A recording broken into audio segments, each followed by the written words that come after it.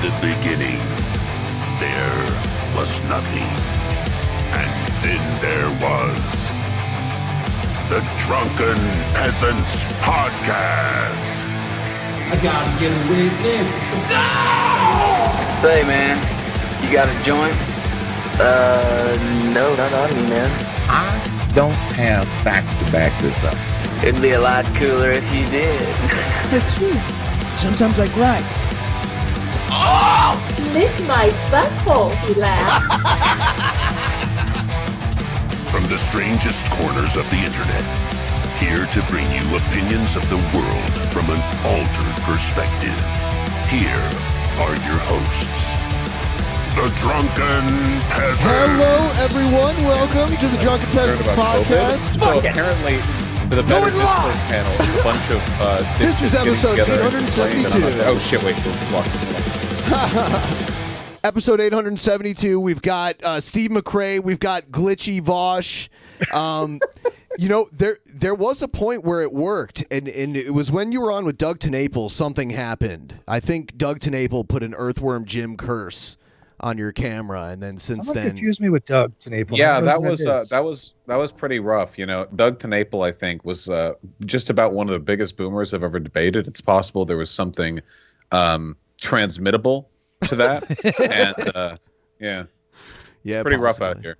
But you know, at least the audio's working. Okay, that's what matters most. That's the big money right there. It does. Build my career not on my face, but on my voice. Yeah. Yeah, I saw you and Hunter Avalon debate two guys, and you were in glitch mode there too. But that was pretty great because one guy didn't talk at all, and then the other guy just had a bunch of anecdotal arguments.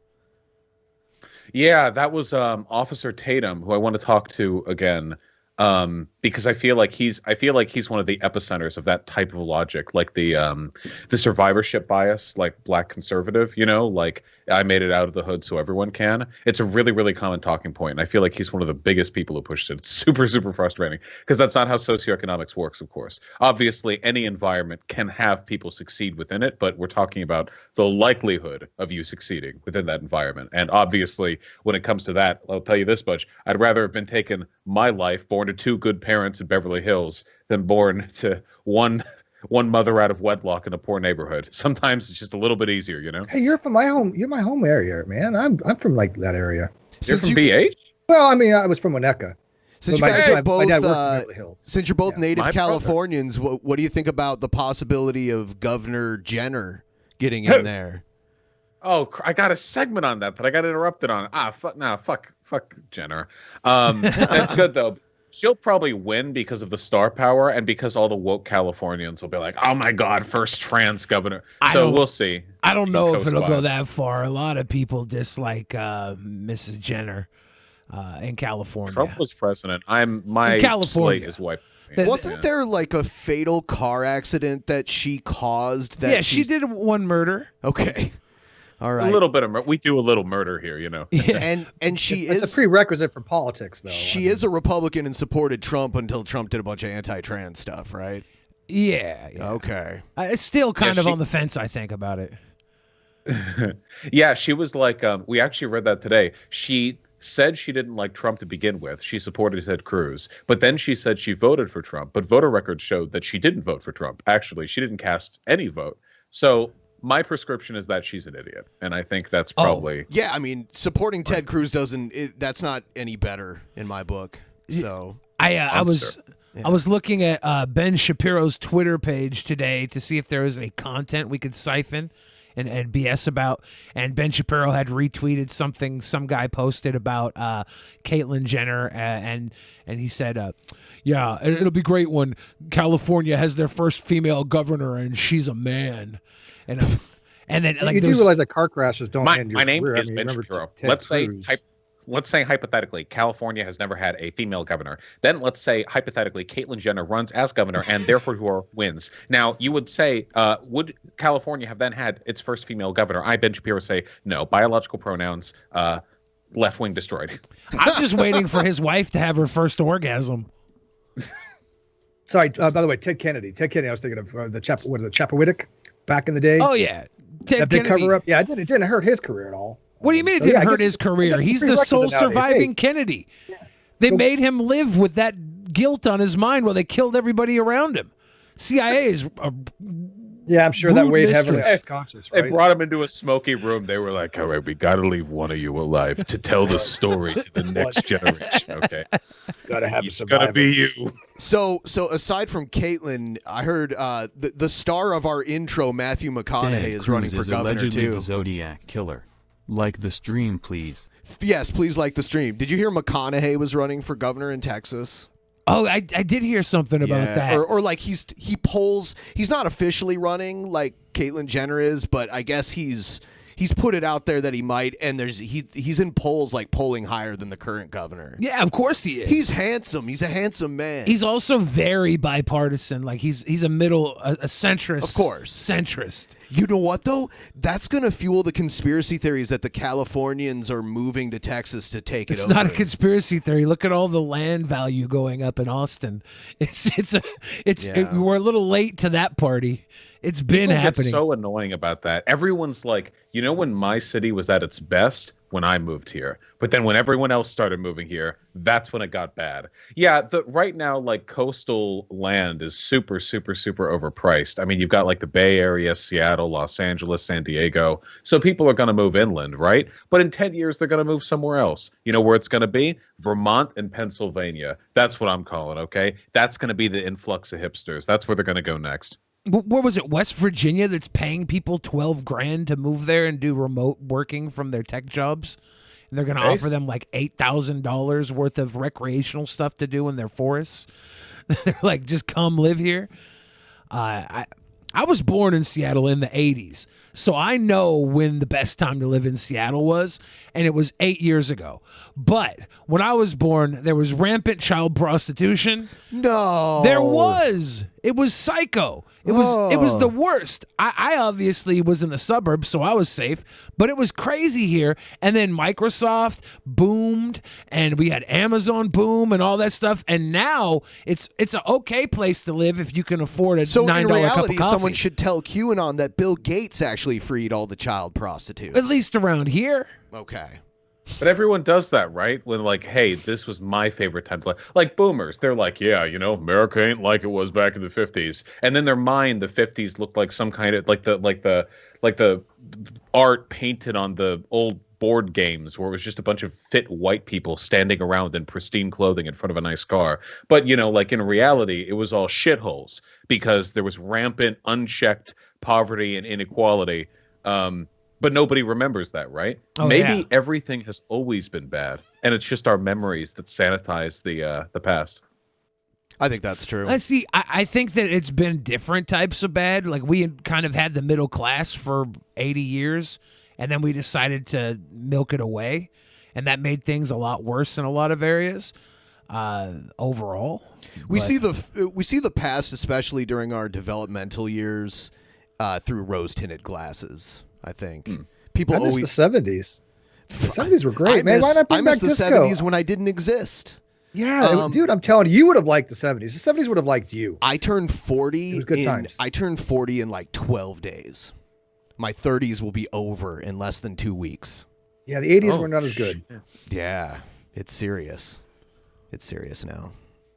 You know, it really depends on what subcultures you're following. Because, like, so take me, for example. I really like indie comics, indie illustration, animation, and indie video games. So I Doug really like Tenaple. independent. So Doug Tenaple, yeah, exactly. That's why I was hyped to talk to him. He started talking about politics. I wanted to ask about Earthworm Jim. I don't know why. So right now, like culturally, I feel like I'm living in a golden age because I like blink and I see this new YouTube video essays on this sick new game or this or that and the other. But I imagine that for right now, movies are dying. You know, we had our big Marvel boom, but Hollywood has crashed after COVID-19. My dad works in Hollywood and jobs are really sparse up there. So maybe that'll be the next like big shift and people are going to get really sad over that, you know, and it'll be like, I remember the aughts and the 2010s. That was the Marvel movie. That was when cinema was good, you know? The golden age of cinema. Yeah, the Marvel movie. The Marvel movie. Oh. Yeah, the golden MCU. age. Marvel. it was kind of the golden age of popcorn flicks, though, right? Like Didn't get much better than that. It's The still going serial- on, right? They're just going to keep pooping them out until people stop going. Well, to 'em. Disney's not going to release any more movies. They're just going to do TV shows so we can sit Really? at home. No, they're going to have the movies finally come Okay. out. It's just been like 2 years since we had a Marvel Billy movie. used to have one of those movie passes, and he's one of the reasons why they stopped selling those things, because he literally went to a movie every day, sometimes more than once a day, right? Well, yeah. Yeah. I charged them a ton of money. It was great. Yeah. He's in that demographic. I enjoy destroying things by exploiting them. I am white. I never really went to movies. Yeah, I used to a lot when I was a kid, and I just kind of fell off. Unless there's a movie I've literally been waiting to see, I'll go see it in the theater because I've been waiting for it. So, you know, but now that doesn't even matter. You used to have to go to the theater to see new movies, but that's not the case now.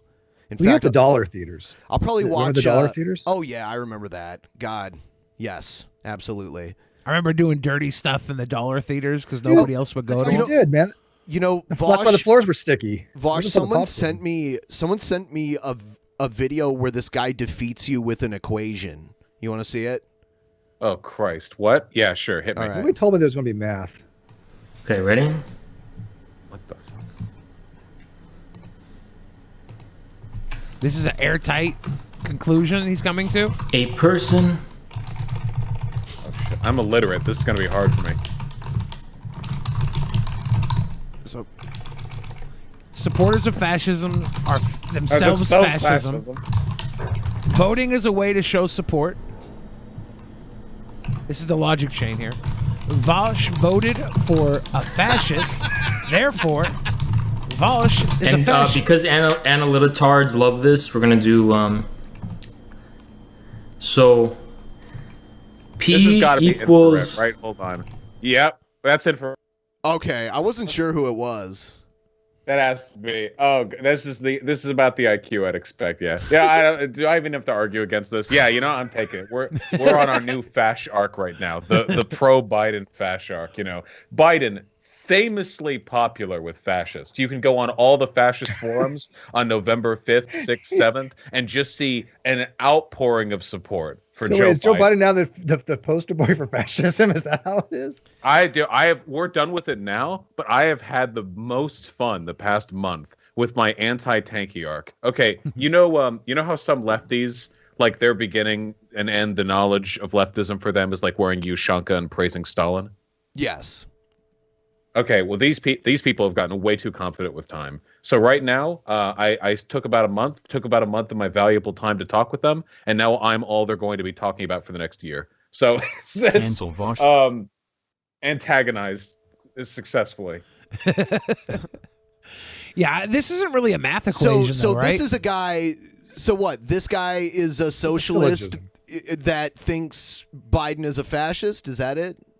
I don't know. I talked with him once, and I can't tell if he's a troll or not because his arguments were so incoherent and he shouted so loud. I genuinely don't.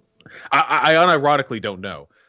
Whatever he believes, it's nowhere near what I believe. So I'm putting a big wall. We're building a wall and making it 10 feet higher between me and this guy. Okay. It has to be a bit. I don't know. Equals. Well, here comes the I've math. met so many people over the years on YouTube that I was like, it has to be a bit. There's no way they're that stupid. But usually they are. They're totally genuine. I would say. Real. Yeah. XP equaling support. Oh God. What? Why is he? He's doing math here. Why is he going He's this trying to far? do, Support, he's trying to which do is logical P syllogisms and equals clearly doesn't know even how to C. even approach them. Wait, okay. Let's actually. First of all, you'd use an for existential voting. quantifier. And instead of P, we're gonna do S.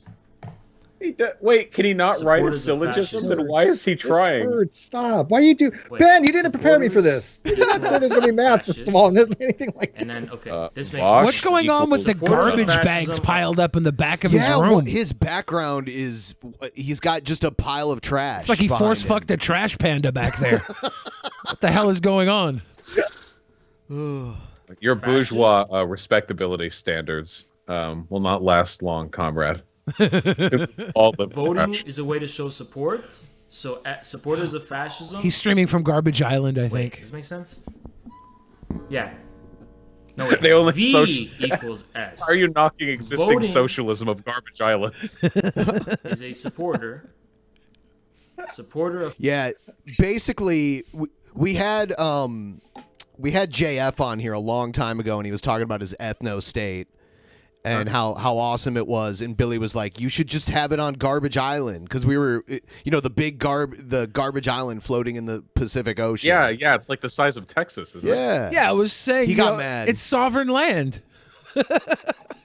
Yeah, I recently had an ethnostate convo, but it's really frustrating because all the ethnostate convos have to begin because, okay, in their minds, ethnostaters, like white nationalists, they want a violent revolution and to kill or deport like non-white people in this country. In their mind, that's what they want. But they know that if they say that, it looks horrible. So what they actually say is, oh, just, logically, hypothetically, what if we just suddenly had sovereign territory, And like, it's really hard to get past that because what do they think is going to happen? Are we going to give you Florida? Are we just going to right. But them just saying they want an ethno-state isn't bad enough. Them just saying they want an ethno-state. Yeah, I just like there are so many premises. Even worse, JF said he would let Asian women in because he's attracted to them. So, yeah. Oh God, what isn't JF attracted we will to? By the enable a very strict genocidal policy of eugenics, with the exception of intellectual disabilities, which I will allow in my ethnostate. In his bedroom. Right. All right. This is all right. fascism equals fascist. Okay, I have to do that one.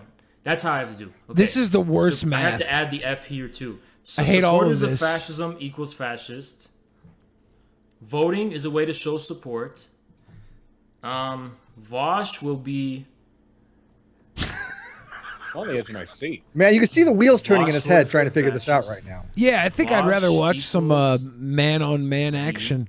No, wait. All you have to say is all who supports What's another name fascism for Vaush? are fascists. Vaush supports fascists, or no, all who support fascists are fascists. Vaush supports fascists, therefore he is fascist.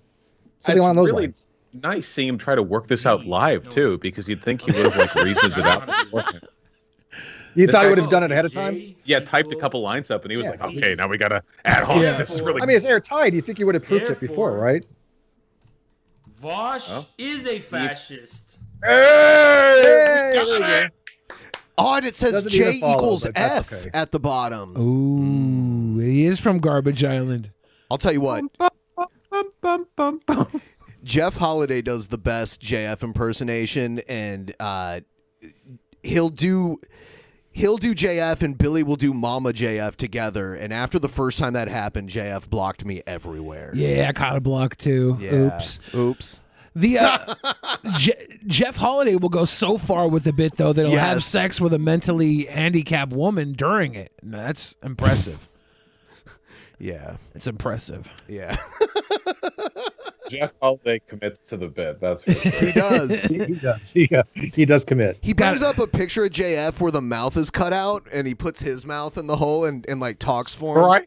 It's so we just great. have props flying around, it's like in case whoever comes up, like here we've got like this set of memes, we got this set of memes. It's like a prop desk, clown noses. It's very strange. I had no idea JF held those views. I knew him for years before he came out with that stuff, and he was an old school patron of DP back in the day, and that's how he first started coming on the show and first started having any exposure on the internet. It was very strange that... Yeah, when he first came around, I mean, he came, as a biologist kind of thing, because that Right. was his And then expertise. And so I didn't know either very much. And over time, I started, hearing these things about him. He got into his race realism type thing. And I was like, no. And we had him on to talk about the ethno state. And we had him on with the, I don't know how to put it, a Black Lives Matter kind of person who really was all pro-black. And he ended up agreeing with him that they both want an ethno state, but for completely different reasons. We're like, this is not how it's supposed to go here. But it was really odd, because like the horseshoe thing where they both agreed, I'm black, you're white, let's have an ethno state. And I'm sitting there going, no, this is not a good idea. I don't know. Wakanda's pretty cool. There were some like they're called like what's the term? It's black separatists. It's a black separatist. Exactly. They're just on the other side of the coin. Mm-hmm. Like they fundamentally believe basically the same things. Black people, white people can't get along. We need separate where cultures are incompatible. We need separate states to rule ourselves. They're just on the other side of the aisle, you know. My nightmare vision of the future is that we give up on like the liberal perspective on democracy entirely, and race arguments just become like who gets to be in charge of the ethno-state. Sometimes I worry that's what we're heading towards. I could be wrong, but isn't that how Liberia came to be? Wasn't Liberia founded by people that were like American born but moved to Africa? I'm pretty sure. Yeah, and it did not work, by the way. It did not work. Yeah. If I remember correctly, I'm pretty sure that the American expats who went there ended up brutally colonizing the indigenous people there, because it turns out that you don't have to be of different races to do colonialism. Right. You can just, it's not good. Yeah. Yeah, even their flag looks a lot like the U.S. flag. We really should have copyrighted colonialism. Would have done a lot for the rest of the world, at least. Yeah, where's copyright law? Seriously, we could have strangled that. Other people tried to. China tried to do the Belt and Road Initiative. We would have been like, hey. Then again, when has China ever listened to American copyright law? So bootleg colonialism. Can you believe it's stuff like this that makes me want to take a long break from the internet? Like how people could actually get the April 14th or 24th rape day thing trending, and then you get people who actually believe in it. Because Billy saw someone down at the Pike Place Market warning him not to go out today to get raped. This short, stout woman with camo pants and a shirt that said, stay at home, April 24th, and all the other trigger words on it. And she was running around like Paul Revere, warning everybody, like the bad guys are coming, the bad guys are coming, all over the Pike Place Market. And she stopped to talk to me. It was like, don't go out, April 24th. They're gonna take your innocence. And I'm like, well, I'm definitely gonna go out. I'm gonna fight them all. I'm gonna fight them all. And she's You're like, gonna I'm fight gonna any of them. What do you mean? I'm I sorry. wouldn't? What the do you fuck mean? are we talking about right now? So this has been need a trending for a while. Even local police departments have had to put out statements on this. Yeah. It's probably because you're smart and don't use TikTok that you probably don't know, that you probably haven't. Basically, what happened was that all the people on TikTok started like virtue signaling against a national rape day. April 24th, guys were supposedly going to come out and take advantage of as many women as possible. They were going to band together. Rape gangs in the street. They were saying that they were making TikToks about this, but there were no TikToks made about this from any of the guys that were mentioned. It was all people reacting to the idea of it, and it got huge to the point where it caused an actual panic. It was like the new Q, the new QAnon. Well, it was kind of like the Purge, right? It was the one day that for some strange reason that people thought it was going to be the day to go out and go rape somebody. It's legal. Go ahead for that day, one day only. You can go out and you can go rape somebody. That's actually what it became. Matter of fact, it became actually on the Urban Dictionary under National Rape Day. Okay, hold on. So there's an original TikTok or set of TikToks saying, hey, April 24th, we're going to go rape people. And then a bunch of people reacted to that and acted as though this was actually some kind of national thing. Was there any actual organization taking place? There were no original TikToks saying that. There were just TikToks it was people were just saying that there were original TikToks. And this is why I set this up with if there was never anything. Right? No, it was all and people panic believed response. And he ran into a woman in a public place the other day, telling him to be careful and not go out today. She was ready for war. She was ready to fight. She thought she was saving my life. Do you ever wonder if maybe technological progress isn't worth it and we should just get rid of the internet? That's Do you ever what I have those? just Never. said. Never. Go back Never. to dial-up. It's worth every moment of it. If everybody else has to suffer so I can send wiener pictures to people across the planet. That's what I'm saying. When we had Lacey Green on, she said if she, I don't know, if she had power, some kind of authority over everything, she said she would turn the internet off for a little while, and you were like, oh, no, you don't. I was very mad. What if all the internet was Twitter with a 0-character message limit, and you could just post images, and the algorithm would auto-delete any images that weren't like monkeys or squirrels, and that was it, and that was the entire internet? You cannot. Why do we just go up to dial-up bulletin board systems? I mean, we all become sysops. Yeah, those were good dimes, man. That would be an improvement. That would be a major improvement. Oh yeah. You just scroll through You agree, scrolling. right, Until your Billy? mom picks up the phone and your download goes to shit. How about a selfie limit? Like you can only take like 2 selfies per month. What? Why? Even me, I don't even meet that. I never take pictures of myself. Neither do I. I never got that. Unironically, and there are people watching. Okay, I'm roasting you right now. But if you're one of those people who takes selfies all the time, takes like 40 of them, then picks out the best one and posts that, like, shut up, stop. Okay, holy shit, nobody cares. Please, like for your own sake, you care so much. Okay, please. Except that vanity is like a multi-billion-dollar market, and so many people. For who? But yeah, for some people. For a lot of people, it makes billions of dollars taking selfies. Influencers faking beauty, is faking fame, faking economic status.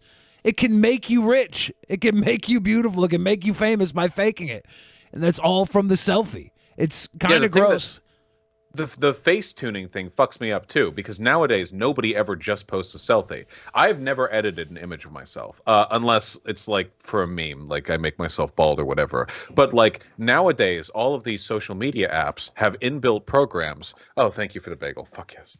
That allow you to, with the click of a button, like tone down the nose and like remove blemishes. And now nobody looks like this ever. There's a really great subreddit called like Instagram versus reality, which can be a little bit mean-spirited at times, and I don't agree with that. But it shows pictures of like big Insta celebrities, and then like here's what they actually look like. And we're worshiping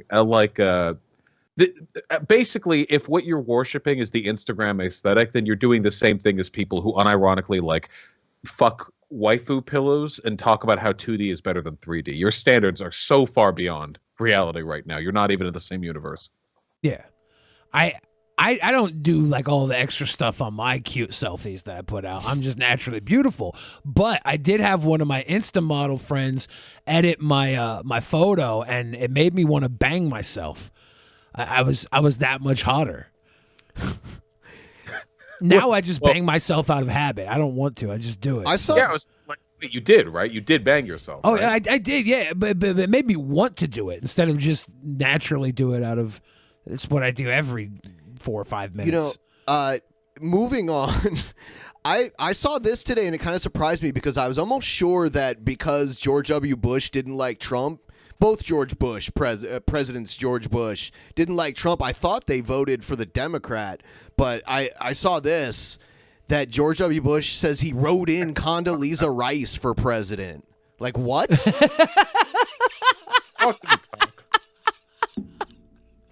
Damn. I can't believe that he was Jeb or bust. Jesus. Right. That's so weird.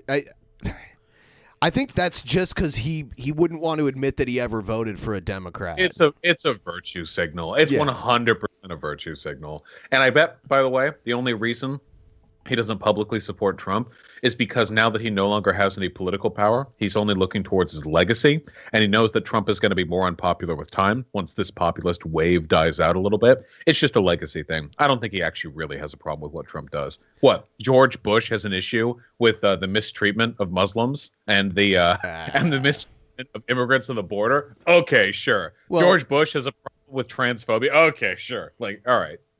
The Muslims with oil are cool. You know, a very specific subset. You know, certain types. George W. Bush kind of kept his mouth shut about Trump. Mostly, it was mainly his father that was vocally against Trump, probably more than any other former Republican president.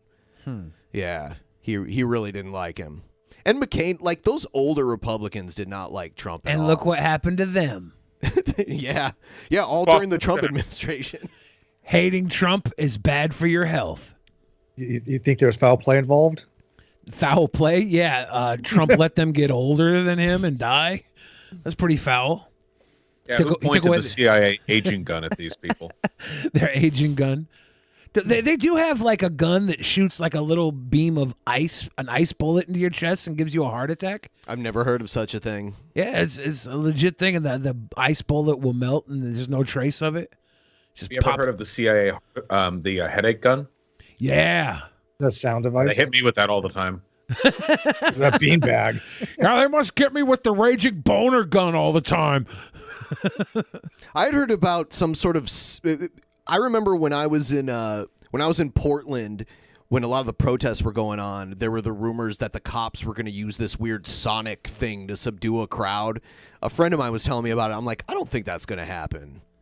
Like, but there were rumors amongst people going around that the cops had some kind of weird sonic weapon. Yes. The military I've heard that as well, and it's probably true that they probably do. I mean, they have certain things that will cause, imbalances in your inner ear, and that will cause people to get nauseous, vertigo, and things of that nature. But, they're probably, very, very big things they've got to move around, and I don't think they were going to deploy them in Seattle. But yeah, I think they kind of have that technology. The military has an actual truck-mounted heat ray. I think it was patented back in 2012 or something, but it's a big microwave that fires microwave beams in a direction. Yeah. We had that on board our ship. That was called radar, but it was the same principle. It could literally fry a pilot if they got too close. Well, you point it up. That's the key there. Yeah. When we go out to protest, we should bring a bag of microwave popcorn with us to be like the canary in the mine. That's how we know that it's starting. Say, here, hold on to this for a second. If that popcorn starts popping, we know they got the microwave rays out. We need to run. Done. Orville Redenbacher says it's time to get out of here. It's got to go. Vaush, have you seen Greg Gutfield? You know Greg Gutfield from Fox News, right? Christ, yeah. Did you see his reaction? Okay, all right.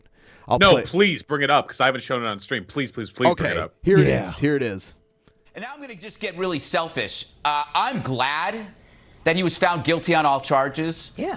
Even if he might not be guilty of all charges. Oh my God. All right, so we're just going to pause there for a second. We can start to hear the other people on the panel go, oh my God. But that's a messed up statement in of itself. If someone's not guilty, why be glad that they were found guilty? Well, to be fair, this is Fox News. He thinks what he's doing right now is coming off like some kind of victim or martyr. Like, I'm so glad he was found guilty, so BLM doesn't burn us when he's down. But what he's actually saying is, I don't care about the legitimacy of the justice system, whatever makes me comfortable. Like, there's no line where this comes off good to anybody. There was a call in that he got just a little bit after this. I don't know if you have a clip of it, but he like freaks out. Somebody asks if he's gone off his meds, and he's like, what'd you say? What'd you say? What'd you say? Like on live television. It's amazing. He's the funny guy at Fox News. He's literally there because they think he's a comedian. That's his job there. I think it's worse than this. I think what he was doing was saying, hey, look, regardless if this guy is innocent or not, and I do believe he was guilty, and I think the findings were correct. However, it didn't matter whether he was innocent or not. He's going to be the poster boy for all the atrocities that's ever happened. He's going to be the one that has to pay for it, regardless of whether he's innocent or not. That's kind of what he seemed to be saying here. I am glad that. What was that? No, you mean you mean like maybe the trial wasn't legit, or you mean like it's going to be their like scapegoat for everything? Yeah, either way, he's going to be found. He's going to be the one that has to bear the brunt of all the atrocities committed, whether he is guilty or not. And so I think he was absolutely guilty. Yes, but it seemed like he was like, oh, I didn't really care whether he was guilty or not, but he's going to pay the price for everything that's ever happened prior, which is not how the judicial system should ever work.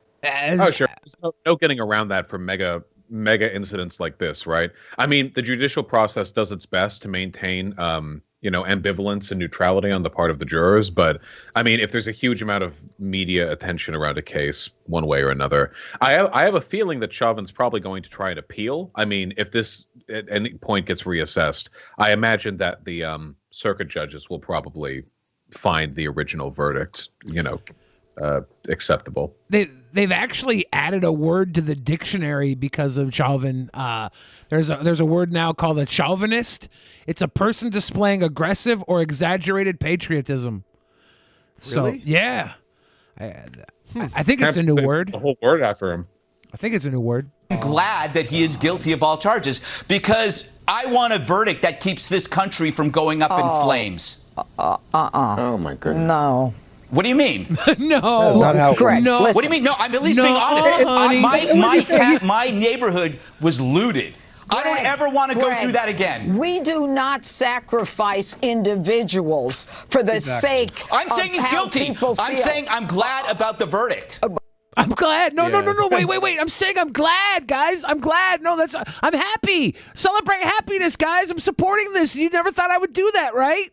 I would if I was on a Fox News panel and I said something and there was a pause and then some old conservative woman said it. Oh no! I would bite down on the cyanide pill immediately. I would be. I'm out. Goodbye. Done. Fucking detonate the explosive I swallowed before going on.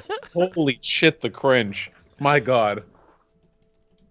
Yeah, it's great. They all responded like that immediately, and he does he dig his way out of the hole here, Ben? That's all I have. Oh, on that's it. all you have?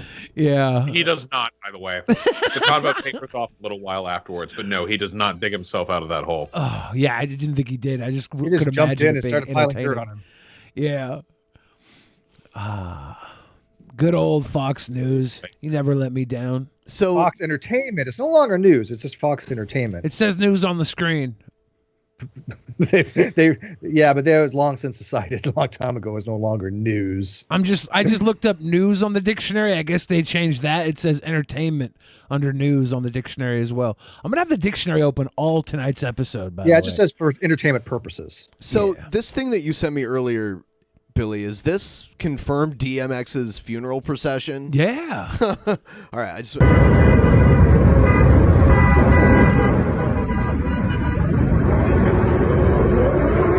Wow. He's taken out on a monster truck? Yeah, that's pretty cool. That's pretty cool. And then he's got a bunch of bikers? Yeah, they're going to stop, drop, set him up, open up shop. Was he a biker? He was Rough Riders. Yeah, the Rough okay, Riders. He was okay. came up through the Rough Riders. Huh. So that's cool as fuck. Yeah. Yeah, that's pretty badass. That goes up there with like Brudda Is his funeral procession. A lot of good funeral processions. This is a great one. Monster What would your truck. customized funeral procession be? You know, if you had the money and the clout to make it happen. Oh, mine. I already have this planned out. So nobody's gonna know it's a funeral procession until after they've eaten at the free barbecue truck that goes down through my neighborhood, and they're gonna all get a bunch of free barbecue, and afterwards they'll be like, "Hey, congratulations! That was all you ate, Billy. That was all Billy meat. You ate his dead body meat. It was delicious. You enjoyed him. That was it." And people leave. They're like, "Oh, well, damn! He forced me to eat the rest of his dead body." That's mine. That's pretty rad. I wouldn't attend it. I don't know if you'd know. It wouldn't have anything to do with me until after people ate all the free barbecue. It'd be Well, like you kind of warned us now, didn't you? Yeah, I gave away the yeah. the So punchline there, so what you're saying is I just ruined free barbecue for everybody. That's not my intention. What you really need to do is you need to pre-contact all the barbecue stores in Washington, okay? So that when we inevitably, the people who are in the know, try to pre-buy barbecue, so that we can bring barbecue to the event and not feast on your flesh, it's too late. You already had a leg shipped off to them, okay? They already know the orders. They know the names, all right? Everywhere in Washington, no matter where you go, it's just you. That's the only thing you can buy. Yes. That's delicious. I mean... So what's this Josh fight thing? Oh, what do you mean this Josh fight thing? 1 year ago, Josh Swain posted to Facebook tagging multiple other Josh Swains saying you have 1 year to prepare. April 24th, 2021, we're going to fight, and winner takes all. There will be only one Josh Swain afterwards. Nobody else can use the name Josh Swain. And so, yeah, I guess he was pissed off. He would go look for like Twitter names and other things, and his name kept being used. And he's like, "How many can there be?" You know? Yeah, why is everybody using my name? The return of TK. I This have is a what- new cat. Her name is Livonia. Both are sweet girls. Vaush, I've been watching you lately, and your arguments have moved me more to the left on some issues. Lastly, my PTSD has been getting better too. We have settled It's on. good to hear. Oh, okay. Nice. Yeah. I'm on my fashion, so stop watching, okay?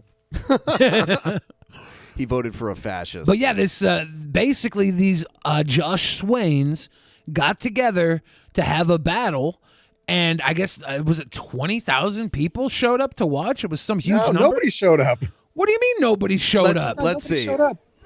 I thought nobody showed up. Oh, okay, maybe they did. I thought nobody showed. Yeah, they're battling with. These are all Josh Swains with pool noodles. That was a baby. Oh, yeah. There's a little baby Josh Swain because you gotta have a baby Yoda. So Kill you have it. a baby Josh Swain. Kill it. Kill it with fire. They're using fun noodles. This is a Josh Swain duel head-to-head. Two Josh Swains, Bandana Swain versus He's like Rockabilly Swain. Rockabilly Bandana Swain versus Plaid Swain. Round one. This is the real Mortal Kombat movie to me. They did a rock paper scissor battle. This is so rock paper scissors to the death. That's the superior Josh Swain there, and they're Josh Swains by birth, so they give each other loves. They're not sure to murder all the Josh Swains. Just create a superiority. They're chanting Josh Swain. Yeah. This is so goddamn cute. This is so wholesome. This is Can what you we imagine needed. if this was the kind of stuff we woke up to, like news headline wise? Yeah, it was all over Twitter. So thank you, Twitter and Facebook and everybody on the underground that's not buying into lamestream's media idea of the world's burning. They all love this. This is a memory for all of them, too. Wouldn't we rather be doing this? This is like the human equivalent of returning to monkey, okay? But rather than going all the way back to monkey, what if large public gatherings were just about fun, stupid stuff that you could have memories around, okay? This is returning to touching grass, okay? This is getting off the internet for a little while, though I guess this whole event happened because of the internet. But still, they went outside, and that's what matters most. Bring the internet with you to happiness. You don't have to leave it at home. It can be there. People, which Just be is happy. Concerning. Well, I mean, maybe this was Arizona. They're outdoors. Like it's different in Arizona. No, it's not. No, COVID's not allowed in Arizona. They have different time zones Heat there. kills the virus. Oh yeah, I remember that. It was supposed to be... Wait! We're gonna get YouTube nuked again. No, that's not true. It's a joke. Obviously, guys, we're making fun of things. What's it? Oh, go Josh Swain. Carl Gunn spends 9+ hours in Destiny's chat. I guess. Doesn't Sargon spend a lot of time in like YouTube comment sections and stuff? Like he spends a lot of time actually engaging with the channels that disagree with him and agree with him, I guess. I have heard that. We haven't had any interaction with Sargon in a few years. He kind of when we had him on here and we asked him about climate change and he was like, "Oh, I just haven't looked into it." I'm like, "Okay, you haven't looked into it? Then no thanks." You know, and then we started. Recently challenged me to incest. What? Hold on. What was that again? He recently challenged me to a debate on incest. Which side are we going to take? I'm kind of curious on. I Which think was he coming believe down he's on? anti-incest. I think he just wanted me to take the pro-incest side, which I was legitimately tempted to, just for, it's a matter of recourse. But yeah, I didn't want to take that subject away from Destiny. Incest is Destiny's topic. Right. Yeah. We've only had Destiny on here once, and someone asked us to ask Destiny about the incest thing, and he was like, "Nah, I don't want to talk about that." The only debate you should be having on incest is mom versus sister. True. Which one makes the better browsers videos? Carne of Assad is what we started calling Sargon. It's a good name. I like that. It's delicious. It's a delicious name. I like food. But he's British. He can't eat ethnic food. Why would you name him that? It's like taunting him, And Sargon... That'd be like naming a diabetic after a candy. Like, if you reverse the syllables, Sargon to Garçon, Garçon? I think that means like boy in French. Garçon? Yeah. Well, that's how you call the waiter, right? I would not actually call people in France Garçon. Really? Yes. I'd do it because I'm an asshole. I'd probably get beat fuck up. with. Dumb fuck. Yeah. See, yeah. I had to call him Carne of Assad because the only British dish I know of is spotted dick. Let it hang.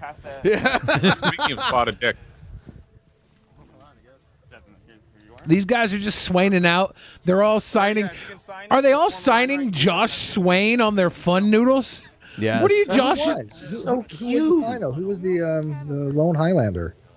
Oh, who was the winner? We're gonna get Yeah. there. We're Well, gonna obviously get it there. was Josh, but yeah, Josh Swain won. The whole time, like if you watch the live stream, people are in the live stream chat going, "I think Josh is gonna win. Josh has this." The whole time that joke was made for 4 hours straight. I'm really by concerned. Thousands of people. I'm really concerned that all these people are out on National Rape Day. Or is this one of the rape gangs or what? Nah, man. with cool noodles? Yeah. Oh no. It's National Swain Day now. Oh, guys, just like Yes. after you, This kid. He's in armor. This is the one that won. He's wearing body armor? Oh yes! Really? Yeah, man. This is the Josh Swain that won. Oh, this is so cute. That What is a- very what a wholesome. warrior. You might also know this Josh Swain from the poop I back gotta and forth burn it. forever meme. That is awesome. It doesn't even fit.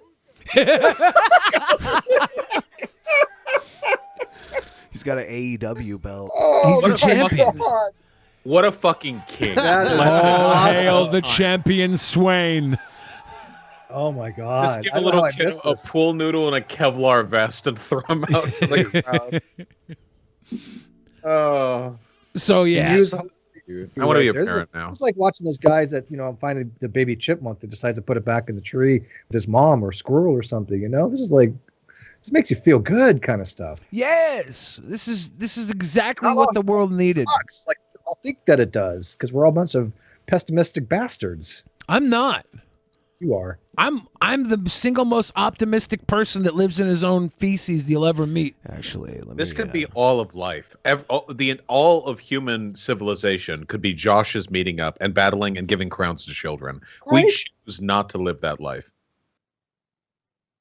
Oh, that's cute. Back in the days that I backyard wrestled, I did randomly meet up with a wrestler dude in the backyard that had the same name as me.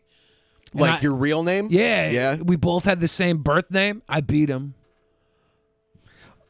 Interesting. Well, I beat him. you got to hold on to your name then. What did he end up renaming? He changed his name to my last name is Barry, so he changed his name to Chuck Berry.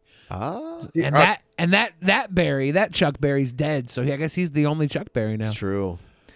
Really, I have an Australian ballet dancer with my name, and he challenged me to a dance-off. I'm like, oh, hell no. Yeah. Yeah. I saw someone sent me this video where I guess this guy goes around and teaches seminars to police departments to make them not feel bad about killing people. Oh, have you seen this? Wholesome video number 2. Yeah. His name's Dave Grossman. His name is Grossman. Is this ominous music playing behind his shadow, swigging a bottle of?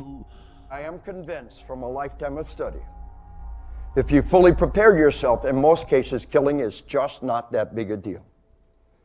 For a mature warrior who's prepared themselves mind, body, and spirit for a lifetime. Most cops are not mature warriors. Most cops are. have the emotional maturity. Yeah, of a fucking 12-year-old. And they have no idea what it's like until they actually do it. Yeah, I really do like those good cops that are good cops in a shit cop world. The guys that try, I do feel bad for them because they probably were sold a story. Yeah, there's always that news story, the feel-good news story, where like the police officer heard about the little boy whose bike was stolen, so he showed up the next day with a new bike. I'm like, oh that man, shit's propaganda. They haven't done that since the 60s. You can actually measure this shit. Anytime there's a high-profile police shooting that was clearly unjustified, there's some pro-police subreddit somewhere where they post a picture of like a cop with a dog or something. It's like, and it gets like a bunch of upvotes. It's so transparent. This shit is such larpy fucking bullshit. Cops are not warriors, okay? Let me tell you what a cop is, okay? This is what a cop needs to be. A sack of meat that drags a criminal suspect from their current location to a jail. That's it. That is their only purpose. If that person dies, the cop fucked up, because dying is not a trial. They need to go from A to B, X to Y. That's it. And every tool that they have, their gun, their taser, their handcuffs, their police car, their CV radio, all of it is designed to assist them in bringing in a live person from A to B unless something necessitates, usually to protect somebody else, killing them. That's it. So cops be like, you're a warrior. You need to train yourself to not feel the kill. Fuck you. You're not some Viking warrior, okay? You're a 43-year-old dipshit white boy who wasn't able to make state after you broke your knee during college football, okay? You're worthless, and you got this job because it had minimal intellectual and academic requirements, and you make way the fuck too much money for the work that you do, destroying your community, and you should shut the fuck up, okay? You're not a fucking warrior. How about they train these guys to not get trigger happy every time somebody reaches for the ID that they asked them to reach for?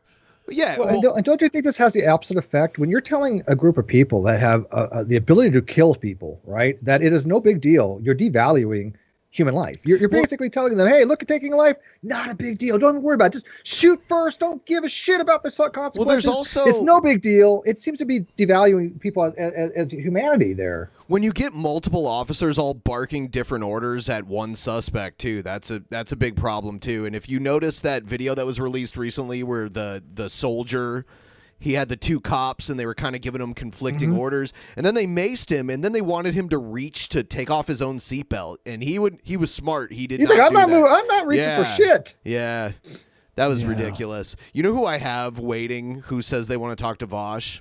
Who? Ben Shapiro. Yeah. I mean, pull him in.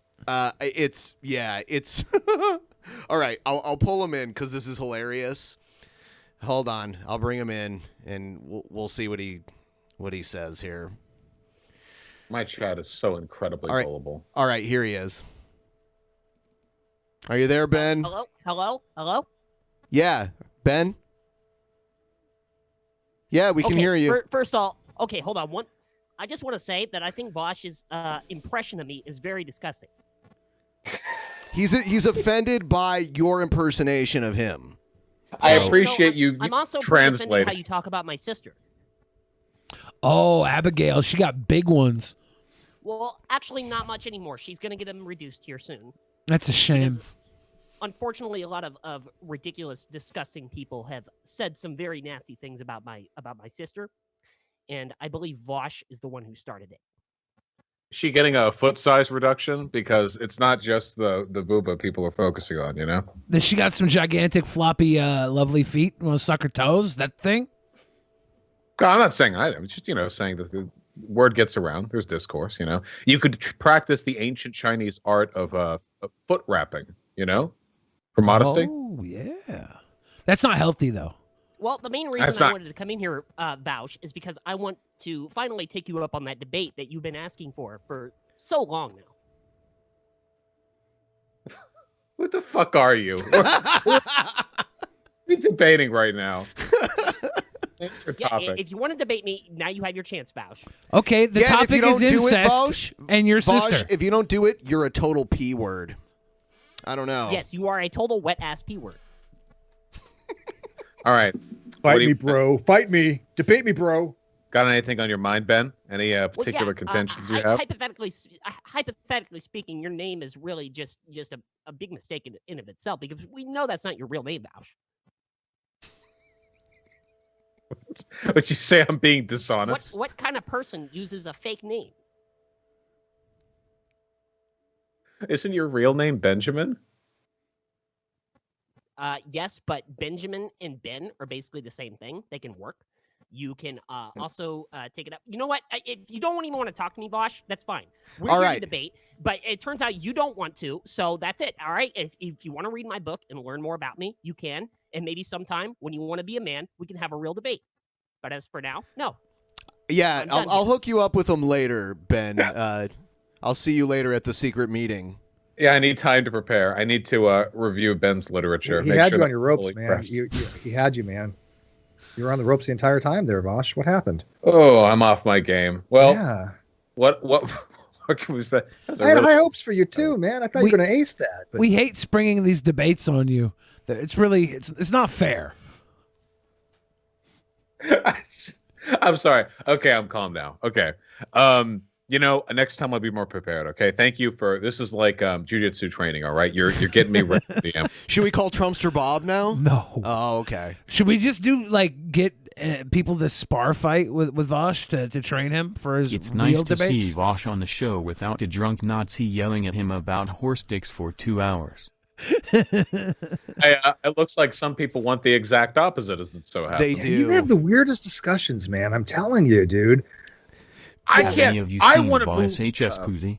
He always whips it out on his stream, and it's really kawaii. Yeah, we gotta bring the cats over. Have I shown my cats on the Drunken Peasants? I don't stream? think so. I know you have the one that's a hairless cat. Yeah, we should show her. She's so cute. Yeah, sure. She'll arrive in here at some point in the near future. Nice. But yeah, as for the people I talk to, I want to get out of this, okay? I really like the spectacle of online debate. It's very fun. It's a fun aesthetic. And sometimes you debate the stupidest stuff. Like anything Nazis believe is really, really, really stupid. You're not going to have any fun empirical debate there. It's mostly going to be rhetoric, But like that, there are so many of them, and they're so much less ironic than they thought they were. I want to start debating like Hillary Clinton fans or something. I need to get out of this hell. I need to start talking to people who matter. Also, I don't know if you knew, but I was actually supposed to meet up with you last year in LA. Wait, hold on, I just talked to she's not your better. Uh-oh. Okay, I'm back. Yeah, I was supposed to meet up with you, and when you had your discussion with Destiny, I was going to meet up with you and have a talk with T. Back in March? Yeah, I was going to meet you guys. You guys were the debate, and prior to that, I was going to have a debate with this guy named T. Jump, if you know him. Yeah, I know T. Jump. Yeah, you know T. Jump.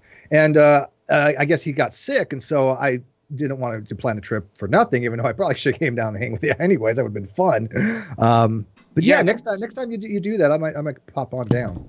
Now that we have a little more ability to move. The day before the COVID restrictions got put in place in Los Angeles. That was the last time I saw my family. Yeah. It was right before then. So, did I know that you were coming? I don't know if you were told. I don't know. No, I don't think I was ever told. Yeah. Yeah. Have you seen James in person, by the way? I have not seen him in person. I mean, he is a fucking hunk. Holy shit! Not to be weird. He's like 6'4", and he's smart too. Yeah, he's total pack. So he's really intimidating. Did he turn you on? No. I just admired the physique, but no, not intimidating at all. He's way too friendly, super warm face. He's a nice guy. Oh, very nice. Yeah, he's super cool. I love James.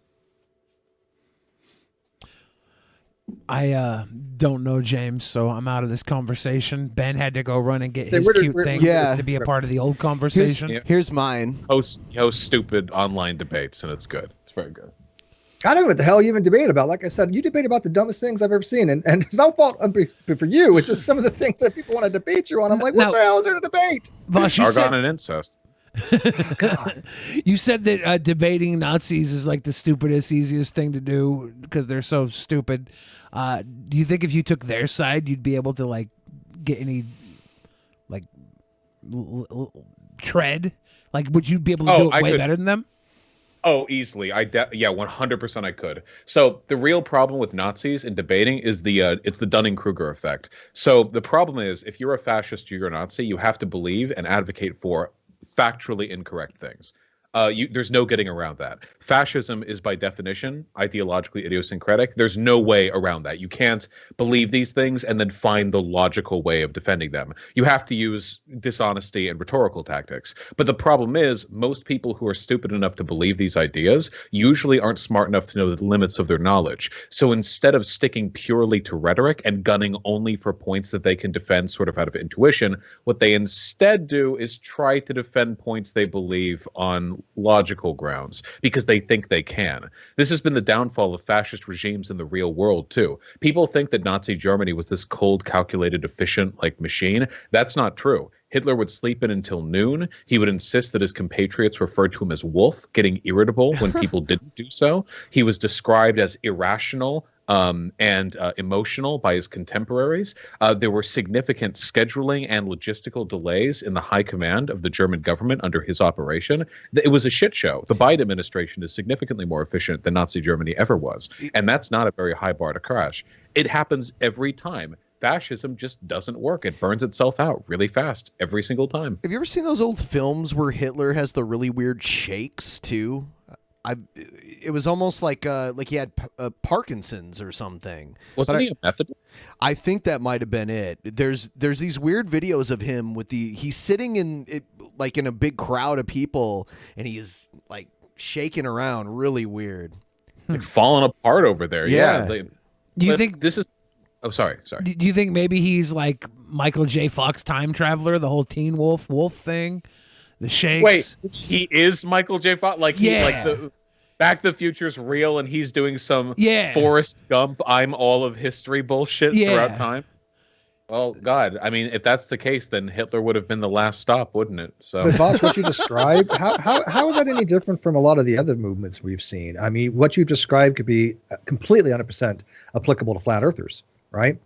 They do the exact same thing, right? If they would just stick with some of the rhetoric, they might be okay, but they try to go into areas that they have absolutely no knowledge whatsoever. They deny reality.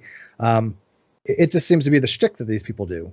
Yeah, it just people get led down. It usually starts with a distrust of authority, which I think can be really constructive. I think it's good to distrust or check. Yeah, healthy distrust is fine. Exactly. But then it usually regresses into anti-intellectualism. And then what road you go down is up to you. But a lot of flat earthers are Nazis. So this stuff tends to overlap. A lot of it, I think, is also, I mean, it sounds really mean, but a lot of it also, I think, is just people with mental illnesses getting preyed on. If you're very susceptible to charismatic people leading you one way or another, you're basically like mentally ill people can be part of like big political blocks that get swayed by the most charismatic like circus leader, you know?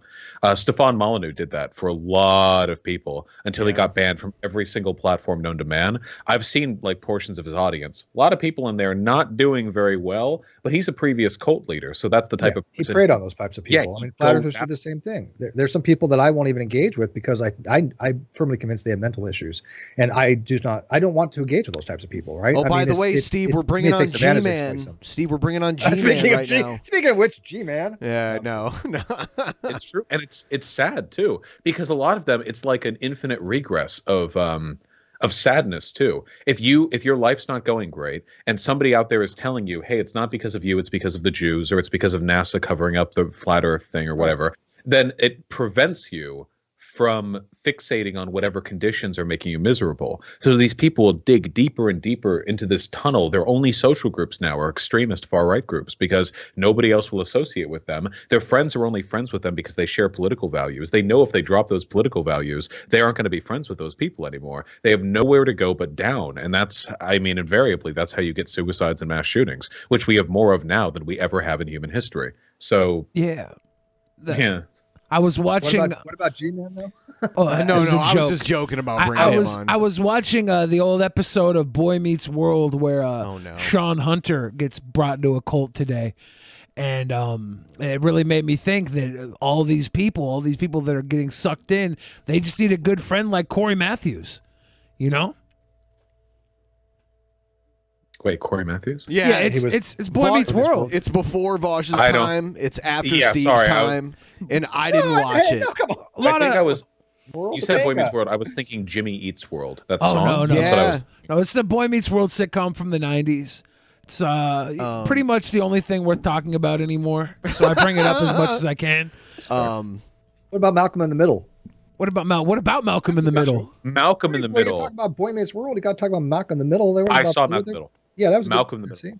Triple Yeah. A tier, S tier TV show. Easy. Yeah. Bryan Cranston made that show. His character in He's that brilliant. show was so goofy, and then he went on to be Walter White. He totally flipped it. But I'm wondering, like, what if we could put them in the same universe? Walter White and Bryan Cranston? Well, Or Bryan from Cranston Head to from Head. Malcolm in the Middle. Malcolm in the Middle? Yeah, I don't remember his character.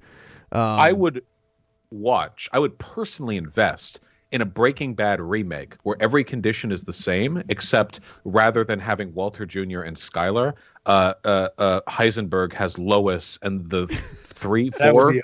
so awesome. Three And boys. that's the yeah. only change. They're in Dude, Albuquerque, you know. Yeah. Dewey's getting into the meth stash. You know what? The oldest brother on Malcolm in the Middle is the younger brother of the guy from Chris that Masterson. 70s show that went to jail. Yeah. And they're Scientologists, the both of them. Yeah. Dad, They would all get roped into you should it. whipped out Alden's number on Ben hold on. Shapiro. You would have won. Oh. I'll save it for next time. The oldest brother, the one who went off to the military, and Malcolm in the middle. Okay, he would he was kind of like a fuck up, right? Like kind of like a bum. He would get roped into it, and Malcolm would be like distributions guy, and Reese, the like brutish older brother, would like work security, and Dewey would be the like they would all try to get in on it, and Lois would just like not even know. I think it'd be She'd really, be oblivious to all of it going on. Yeah, that's a good remake. I'm not mad at that. It's good. It's very good. Has potential. So we normally watch these videos from this Nick Fuentes fanboy that calls himself Spexo, and the first time we heard about him, he made a video about the first time he met Nick Fuentes, and he compared asking Nick Fuentes to take a selfie with him to him asking his wife on their first date if he could give her a kiss. He likened those two experiences together. So speaking of not well people being preyed upon, Jesus Christ, that's so sad. Yeah. So the number one thing that I get asked on Instagram all the time is to give like book recommendations. Now, I'm not a big reader, or at least I wasn't a big reader until like a year and a half ago. That's when I really started reading like actively. Before that, all the information that I ascertained was through podcasts or documentaries and stuff like that. But then I started collecting books and started reading on a more regular basis. So I thought that I would just do this video and give a few recommendations. Obviously not everything. There's a lot of books that I can't recommend for certain reasons publicly, but I like how he puts that out there. You know, do you think that makes him look better? I think that if you listen, I can't tell you what literature I'm reading because it's it's illegal in every country ever written, and even mentioning that I know of its existence will get me FBI murked. But it's he must be referring to the Antichrist cookbook. We watched a video of him talking about how mad he was that people call him a white nationalist, and then he spent the remainder of the video defending white nationalism. It was really weird. They don't know. They actually don't know. I've realized this when talking with some of these guys, because they will vehemently defend, like, no, I'm not a Nazi. I'm not a white nationalist. I'm not racist. They actually don't think they are. Their brains are so warped. They legitimately, I think in their head, because everyone grows up, what is a racist? A racist is a bad person. What is a Nazi? A Nazi is a bad person. But they don't think they're bad people. Nobody thinks they're a bad person. So they espouse the same viewpoints, but they don't like the stigma of the particular label that is exactly. But we saw that before. There were people back in the 1960s who opposed integration between black and white people, but they would not call themselves a racist. They would say, no, I am not racist. There are like interviews back from then. The cognitive dissonance is insane, but I don't think they think they're those things, Right. That I've read already, and then I'm going to give a couple of books that I'm either in the process of reading or plan on reading next. So if he doesn't recommend Judy the first Blume. book is a very cliche book, but it's definitely the entry-level paleocon nationalist book. I highly recommend you give it to like normicons or apolitical people who are right-leaning or something to try and break them through that. He recently converted to Catholicism, by the way, too. It's hilarious to me that Catholicism is like the trendy Nazi religion. It's such a LARP. None of these people go to church. None of these people pray. It's just an aesthetic. They just want to post Deus Vult memes. Normicon, low taxes, small government type of conservatism, and try to bring them into a more paleo-conservative, traditionalist conservatism. That's obviously The Death of the West by Patrick Buchanan.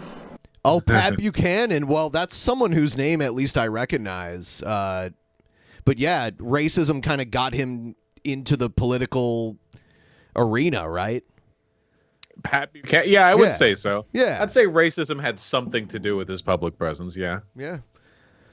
Really great book.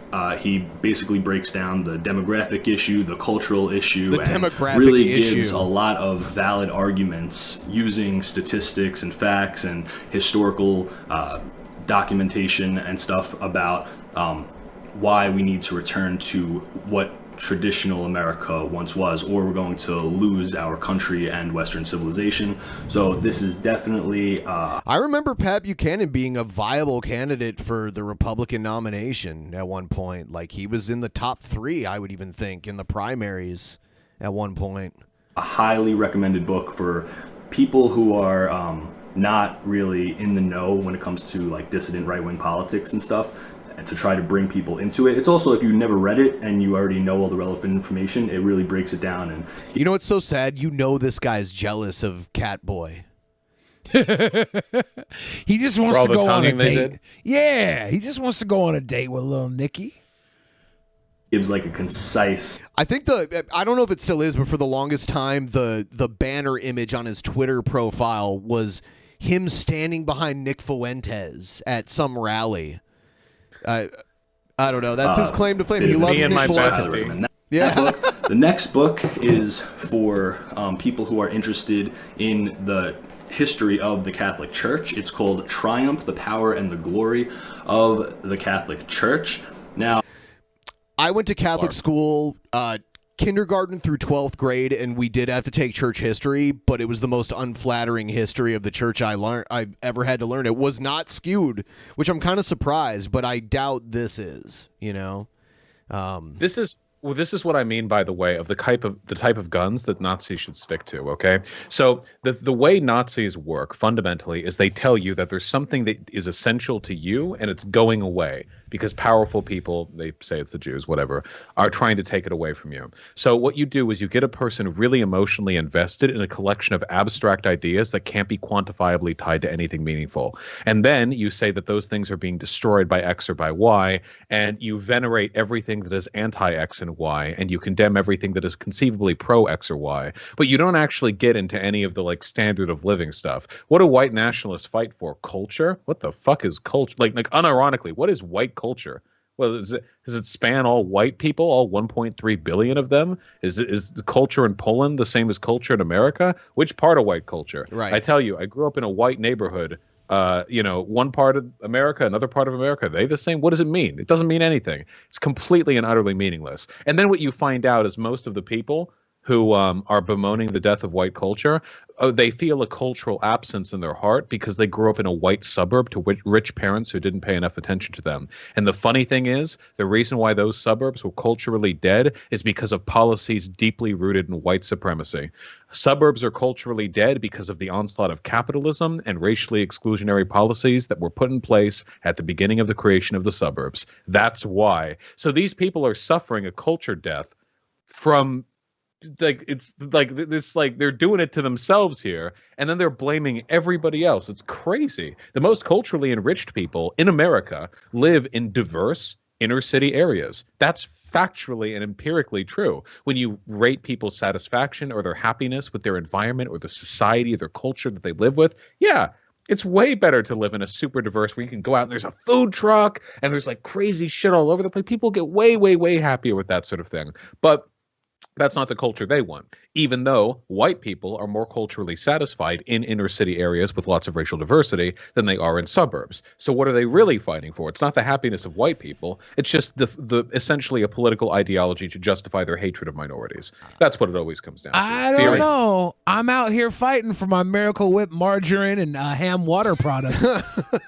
You're the real white supremacist, my man. You're actually out there fighting for it. You could simply look at cost of living in places where people actually want to live. More people want to live in urban areas than they want to live out in the middle of nowhere. Massively. Yeah. They want the diversification. I mean, you want to be able to go down and have, your Mexican food, your Chinese food, you want to intermingle with people that are very diversified. And yeah, I think Vaush, you're absolutely right on this. I think they do sell this as, hey, look, these are the intangible qualities that you have given to you by some inalienable being or something. But this group of people, they're going to take it away from you, and you need to stop this. You need to, join us, and we'll help you prevent these things that we don't even know what to describe or that whatever it is, you're going to lose them anyways. You're going to lose them if you don't, follow us. And I think it is sold as that bill of goods.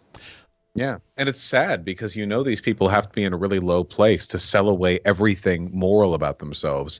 I think on some level they understand what they're doing. Like on some recessed level, maybe they're like, okay, the Holocaust thing is, but they push forward and they sell away all of that credibility, and they do it for what? I mean, I don't know. It's really sad when you think about it long enough. But this is what I mean about evoking that fear. It's all about base emotions. When you get right down to it, neo-Nazis and white supremacists treat minorities the same way like a little spoiled kid treats a fruit. Like they don't want to eat a fruit. And the kid knows, like out there are billions of people who like to eat pineapple. The kid won't eat pineapple, and the kid hates the pineapple so much they've convinced themselves that humans are antithetical to pineapple, that nobody should have to eat pineapple. And then they start a political party designed around keeping people away from pineapples that they've never eaten themselves. Meanwhile, there are millions of people all over America that are eating pineapples every day, and they're really happy with it. So, and then they claim it's agitprop that pineapple makes your cum taste better.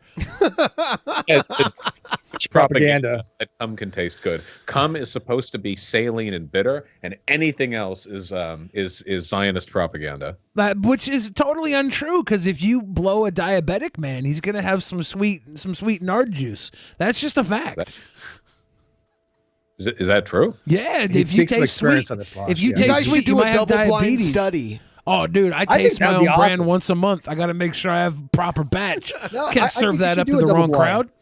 Really, we'll get a bunch of people want to be a diabetic, one of them not, and we'll just have them, eat different things for about a week prior, and you get to slurp each one of them, and you tell us, which one do you prefer, what does it taste like, whether it's salty, whether it's sweet, whether there's a difference. I think that'd be a scientific endeavor that we can all get behind, don't you?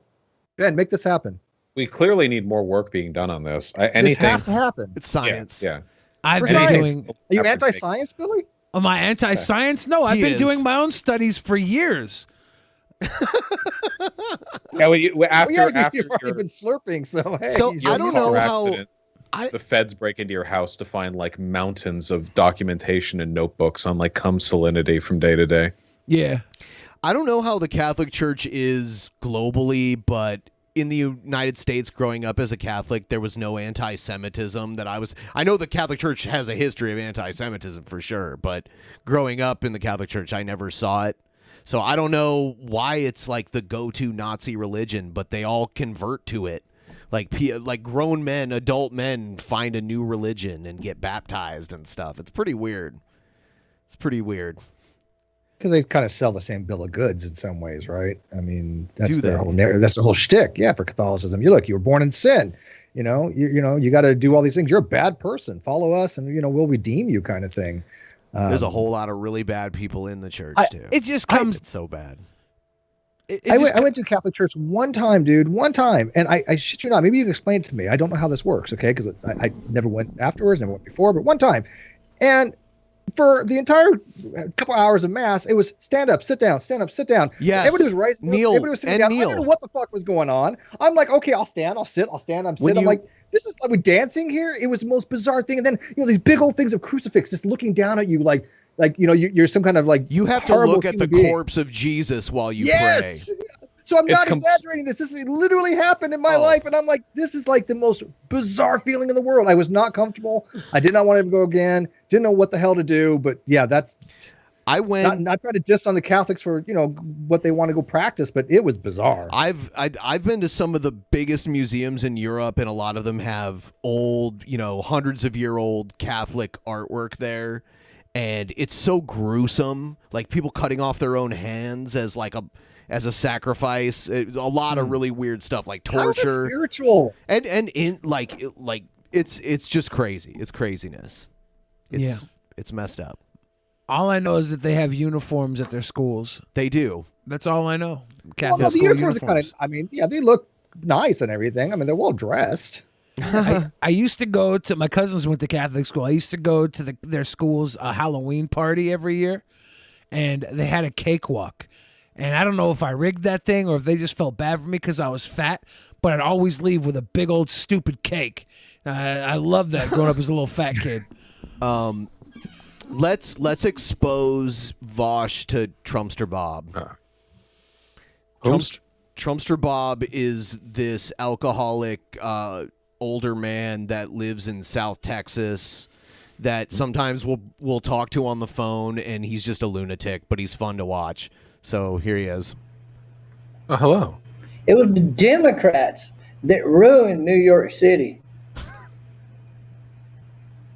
It was the Democrats that started to build that overhead fucking railroad that never was going anywhere, never went anywhere, never got anywhere, right? So just to give you a little taste of some of his theories, he thinks AOC is a secret Muslim, and the only way she can prove that she's not is to pose nude and show that she isn't a victim of genital mutilation. You know, there's nothing new under the sun. I don't think this gets any worse. I mean, you guys remember 8 years of Michelle Obama being a secret, like, trans woman? Remember? Yeah. Yes. For the entire of the Obama presidency? Yes. There were people saying Michelle Obama was secretly a man before trans discourse even got, like, popularized in the mainstream. They were trailblazing, okay? While we were still in the dirt, not knowing about trans people, they were out there carrying the torch of knowledge, saying that Michelle Obama is secretly a man. Then they would Photoshop, like, dick bulges in front of her dresses or whatever. Oh, there's also also this is a long-running one. There's also the Photoshop of you know, young Barack and pre-trans Michelle. There's a Photoshop image of that. My too. favorite thing they use to defend that she is trans is that they'll be like, Obama referred to her as Michael multiple occasions. Right. I'm like, oh, so your defense is that her own husband is dead naming her on accident? Right. Like he wouldn't have accepted that she was now Michelle after all these years, and he Right. just randomly dead names her. That's like the most ridiculous statement. But they're like, nope, still calls her Michael. She's got to have a big old pack and pecker. Let's be real. Yeah. Okay, the only reason that was a thing is because there were a lot of boomer conservatives who fantasize about taking a girl home from the bar and she's got a fat cock. Okay, yeah. This Oh, yeah. happens every goddamn time. They do the same thing with interracial cuckoldry, by the way. If you go on a porn site, okay, any porn site, any medium, about a solid quarter of the content on there is some gigantic fucking black guy fucking a white woman who either is explicitly said to have a boyfriend or husband or sort of implicitly has one. Right. And it is not black people who are paying for that pornography. Yeah. They are not the ones filming it. They are not the ones commissioning it. They are not the ones They're not paying sitting for it. in the cuck tent. That's how I know I'm a liberal, because Pornhub recommends incest stuff to me. It is the Bible Belt that actually watches the What majority the of that fuck are stuff. you talking about? Total waste of government money. Who the fucking Democrats that was wasting the money back in the 70s doing that bullshit? I like his beard. Yeah. Building roads that went nowhere. The Democrats. And yet you motherfuckers still keep voting Democrat because you're so fucking stupid. We do have Because a your monorail mama, your going nowhere daddy in said Seattle we for Democrat. decades. He basically lives on the border of Mexico, and I looked up the demographics of his county. It's like 98% Hispanic, but he thinks a lot of them are actually secret Muslims that snuck in and they're posing as Mexicans. What, and they snuck in from Mexico as Muslims? Muslims yes. leaving Mexico? Well, of course, we know that there's problems at the border, right? But the way you can tell is if you trick them into eating a jalapeno and they can't handle it, that's how you know they're a Muslim and not a I thought it Mexican. would be if they don't eat pork. Well, I don't know. That's what he said. Don't try to make sense of it. This is the thing they fantasize about too. So the most appropriate time to have these fantasies is when you're in high school. I think that every boy in high school at some point has thought, if there was a school shooting right now, what I would do is I would slide to the left and knock the door forward, which would instantly knock the gun out of their hand. I would catch it in the middle of the air, backflip, and then fire 17 shots in this direction, which would hit the two more guys coming in. Like, I feel like most people at some point, maybe you two haven't because school shootings were less common back when you were in school, but maybe you probably didn't at all. But whatever. I fantasize about Columbine happened my senior year. And you were on the way out by then. I was absent from school that day, and I was known to wear a long black trench Exactly. coat. Ben and I listened to Marilyn Manson. We'd be on the other team, okay? Yep. But then people, they take it too far, and they're like in their 30s and 40s, and they're like, if ISIS invaded my town, well, oh, first I'd kick down the door to my shed and get my Right. AR-15. Like yes, they crazy. If a Muslim invasion ever took place, what I'd do is I'd grill all the bacon I have left and stick little bits of it in my teeth as I eat it. Then as they approached me, I would spit out little pieces of bacon at them. It would sizzle as it hit their skin, and I would use the distraction to tackle them. Like, it's just some crazy bullshit. But like, I don't know, man. My Whatever generation they, had like, Red jerk off Dawn. to. That was a big thing. Red Dawn, in 1984, where Fuck Red the Dawn. Soviets were going to attack, and you were going to be that patriotic person who pushed them all back by pitchforks and AK-47 kind of stuff. Fuck Red. I hate that movie because It was not now, that great a movie. One last ramble.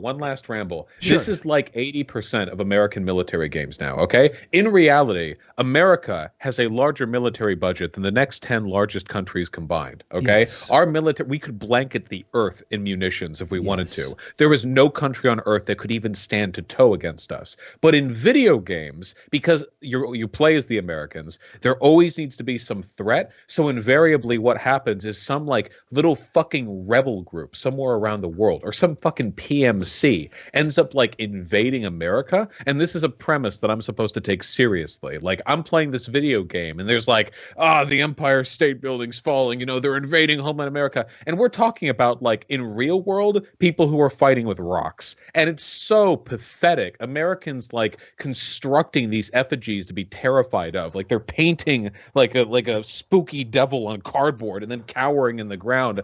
Christ, at least have the European Union invade America, okay? Go with it, do something. I found this one YouTube channel that does war simulations very analytically, using a big map, and they simulated the U.S. versus every other country in the world.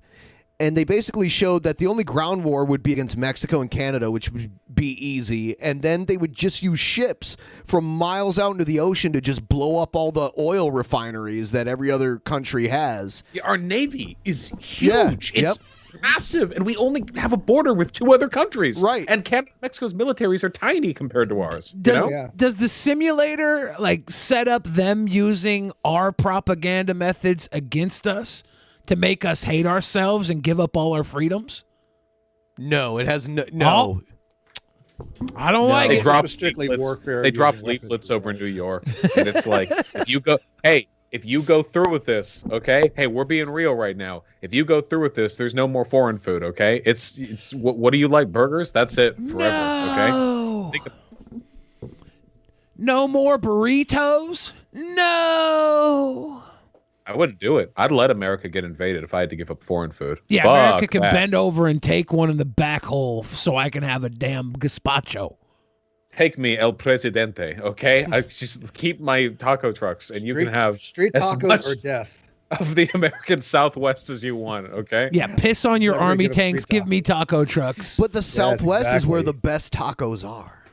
Oh man, taco trucks are the bomb, dude. Yeah. That is American right there. Yeah, What is American food, by the way? American Taco food, trucks. they're really, I mean, Burgers are German. Hot dogs are That's true. Dutch, I think. Yeah, grilled cheese is French. I guess we would have to say like American derivatives of international food. Like there is pizza that's uniquely American that you would not find in Italy. 100% American food is just processed food. Well, Cheese Whiz. there is something to be said for that because a lot of rationing during the 2 world wars kind of like created like a cheaper, kind of more generic American food. And then Prohibition ruined beer in America for a very long time. Yeah, American food is anything you'd eat anywhere else except corn replaces all the nutrients in it. Yeah, it's really weird to think about because it feels like this might be the one downside, the one real downside to the fact that America is an immigrant country, which is good. I like that. But the one downside is that I don't think American food is a real thing because all the great food in this country is pulled from. Oh, I'll take that away. There is some American food, and it's from black people. They have there's actual American food, and it's from black people. So I guess when I'm saying American food, I'm thinking like commonly accepted American food. Black people are as American as they. In fact, black people in America have been here longer than most of the white people have.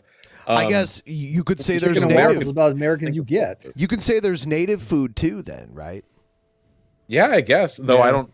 think I've ever eaten a lot of like salmon. Well, a lot of food that we would say is native, especially in the Southwest. A lot of that was adapted from like reservation food, like fry bread and stuff like that. That was created by Indians on reservations. Yeah, fry bread was what they had to do with because they were given like flour. They were given like almost like a pittance of like basic food materials. Yeah, some good old salmon, some smoked salmon, some Haida candy. That's native. Some candied salmon. Yeah. Up here in the Northwest, I don't know. Did the natives here in the Northwest get displaced like the ones in the Northeast? And they're kind of like the last. They were kind of hit like they last were. bastion. We yeeted everyone eventually. Didn't we? Yeah. Okay. Yeah, like I'm originally from Ohio, and there's a whole bunch of towns that have indigenous names, but it'd be hard to even know one person that's mostly ethnically native there. There's almost none. I think a lot of American food would probably be stuff that originated from fairs, like carnival food, carnival food, elephant ears and shit. Yeah, I'd say that was deep American. fried Twinkies. Yeah, just meats on a stick. Look at this little goblin. Look at her. Oh, you think we can get your cat and Ben's dog to make a baby? No, that's not possible. Can I try? Well, this thing's about 6 pounds, so probably not. This thing is like 2.5 pounds. This is like the Hitler in me. Yeah. This is the Hitler in me. I don't wake up until This is noon. the Hitler in Yeah, you? this is the Hitler in What? me. I don't wake up till noon. I want people to call me Wolf. I'm very disagreeable, and I want to do species mixture. experimentation. Genetic experimentation. How Thank you. can you start a sentence like that? This is the Hitler in me. And he has What? no qualms about it either. It's so cavalier. It's amazing. What? There's no qualms whatsoever. What do you mean? Oh. No, I'm not going to say what you said because people. By the way, all everyone- the other stuff that Hitler did, not in me. That was the Hitler in me. This is the first time we're asking if you're watching. Please give the stream a like. If you're visiting from Vaush's channel, please subscribe. Yeah, donate, and like dipshits. us. Jesus. Yeah, if you want to do that too, that's cool. We're Even if you don't want to. Oh yes, Do Listen it by to- force. It's April 24th. You know what that means. If your name's not Josh Swain, it's a very bad Yeah, day for you. we've met this goal. Oh, here we go. Thank you, Coop Car. We've met this goal every week for the last like 2 years. Yeah, we use the Streamlabs link below for those of you that don't know. That I think we gets just got to goal. yep. Donate now. Ow! Who's stabbed? Stabby McHugs. What's the, oh? Stabby McHugs been threatening to celebrate April 24th on me all day What long. a disgusting person. Yeah. Rude. Yeah. I'm gonna whip my penis out over the toilet. I'll be back. All right. Well, are you gonna follow that up with anything? Yeah, okay. Goodbye. He's gonna go. Don't ask for details when he gets back because he will give you graphic details. So of how- Steve, how- Yes. How much of an update can you give us on the non sequitur show thing? Oh no. Yeah. Oh man. By the way, I gotta tell you, Vaush was on the non sequitur show, Yeah. and he had to. And I don't know if you ever saw it, Ben, but he had debated this guy. His name was Apologist Supreme. The guy was not all quite there. No, I'm not talking about Vaush, by the way. The other guy that he debated was not quite all there, and it was just blood sports. The guy got cremated, right? But yeah, so right now we're waiting for, we got a hearing on May 11th for civil contempt.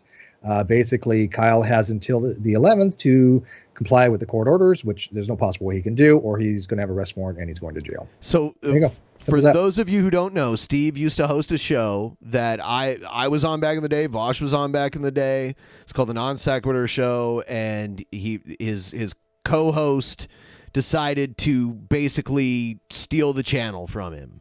And $60,000. And Destiny was on. Sargon was gone. And this has been in court for years now. 2 years, dude. Yep. 2 years has been litigation.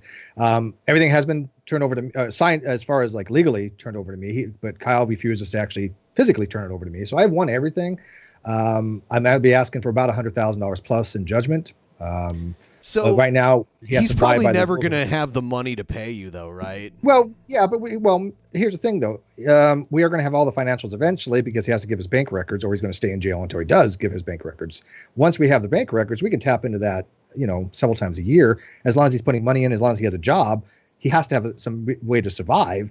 We can tap into that, and we can do that as many times as we want. I think you're in the right in this scenario. I don't know if you're gonna see the money. I just. But here's the thing: it's never about the money as much as it was the justice. Because is he gonna give you the channel? Like you have that channel's been dying on the vine for years now. It's yeah. Well, here's the thing: either he turns everything over, or he stays in jail. That's the options he's going to be presented, right? And I think he's narcissistic enough to stay in jail the entire time. I think he just refuses to comply with the court order. He's had several a year now to actually do that. His lawyer withdrew. I don't know if you know that, but he did get a lawyer eventually, but she quit on him after he submitted false documentation to the court. He forged signatures. He submitted false bank records. Did all kinds of fraudulent stuff, which is going to be criminal aspects after the civil. But yeah, I think if he's going to do fraudulent information to the court that could end him in jail for several years, who knows what he's capable of doing, right? Yeah. So we'll find out on the 11th if he's going to show up to that court hearing. I don't think he is, in which case we'll have a arrest warrant out for him, and we will find him and put him behind bars. Wow.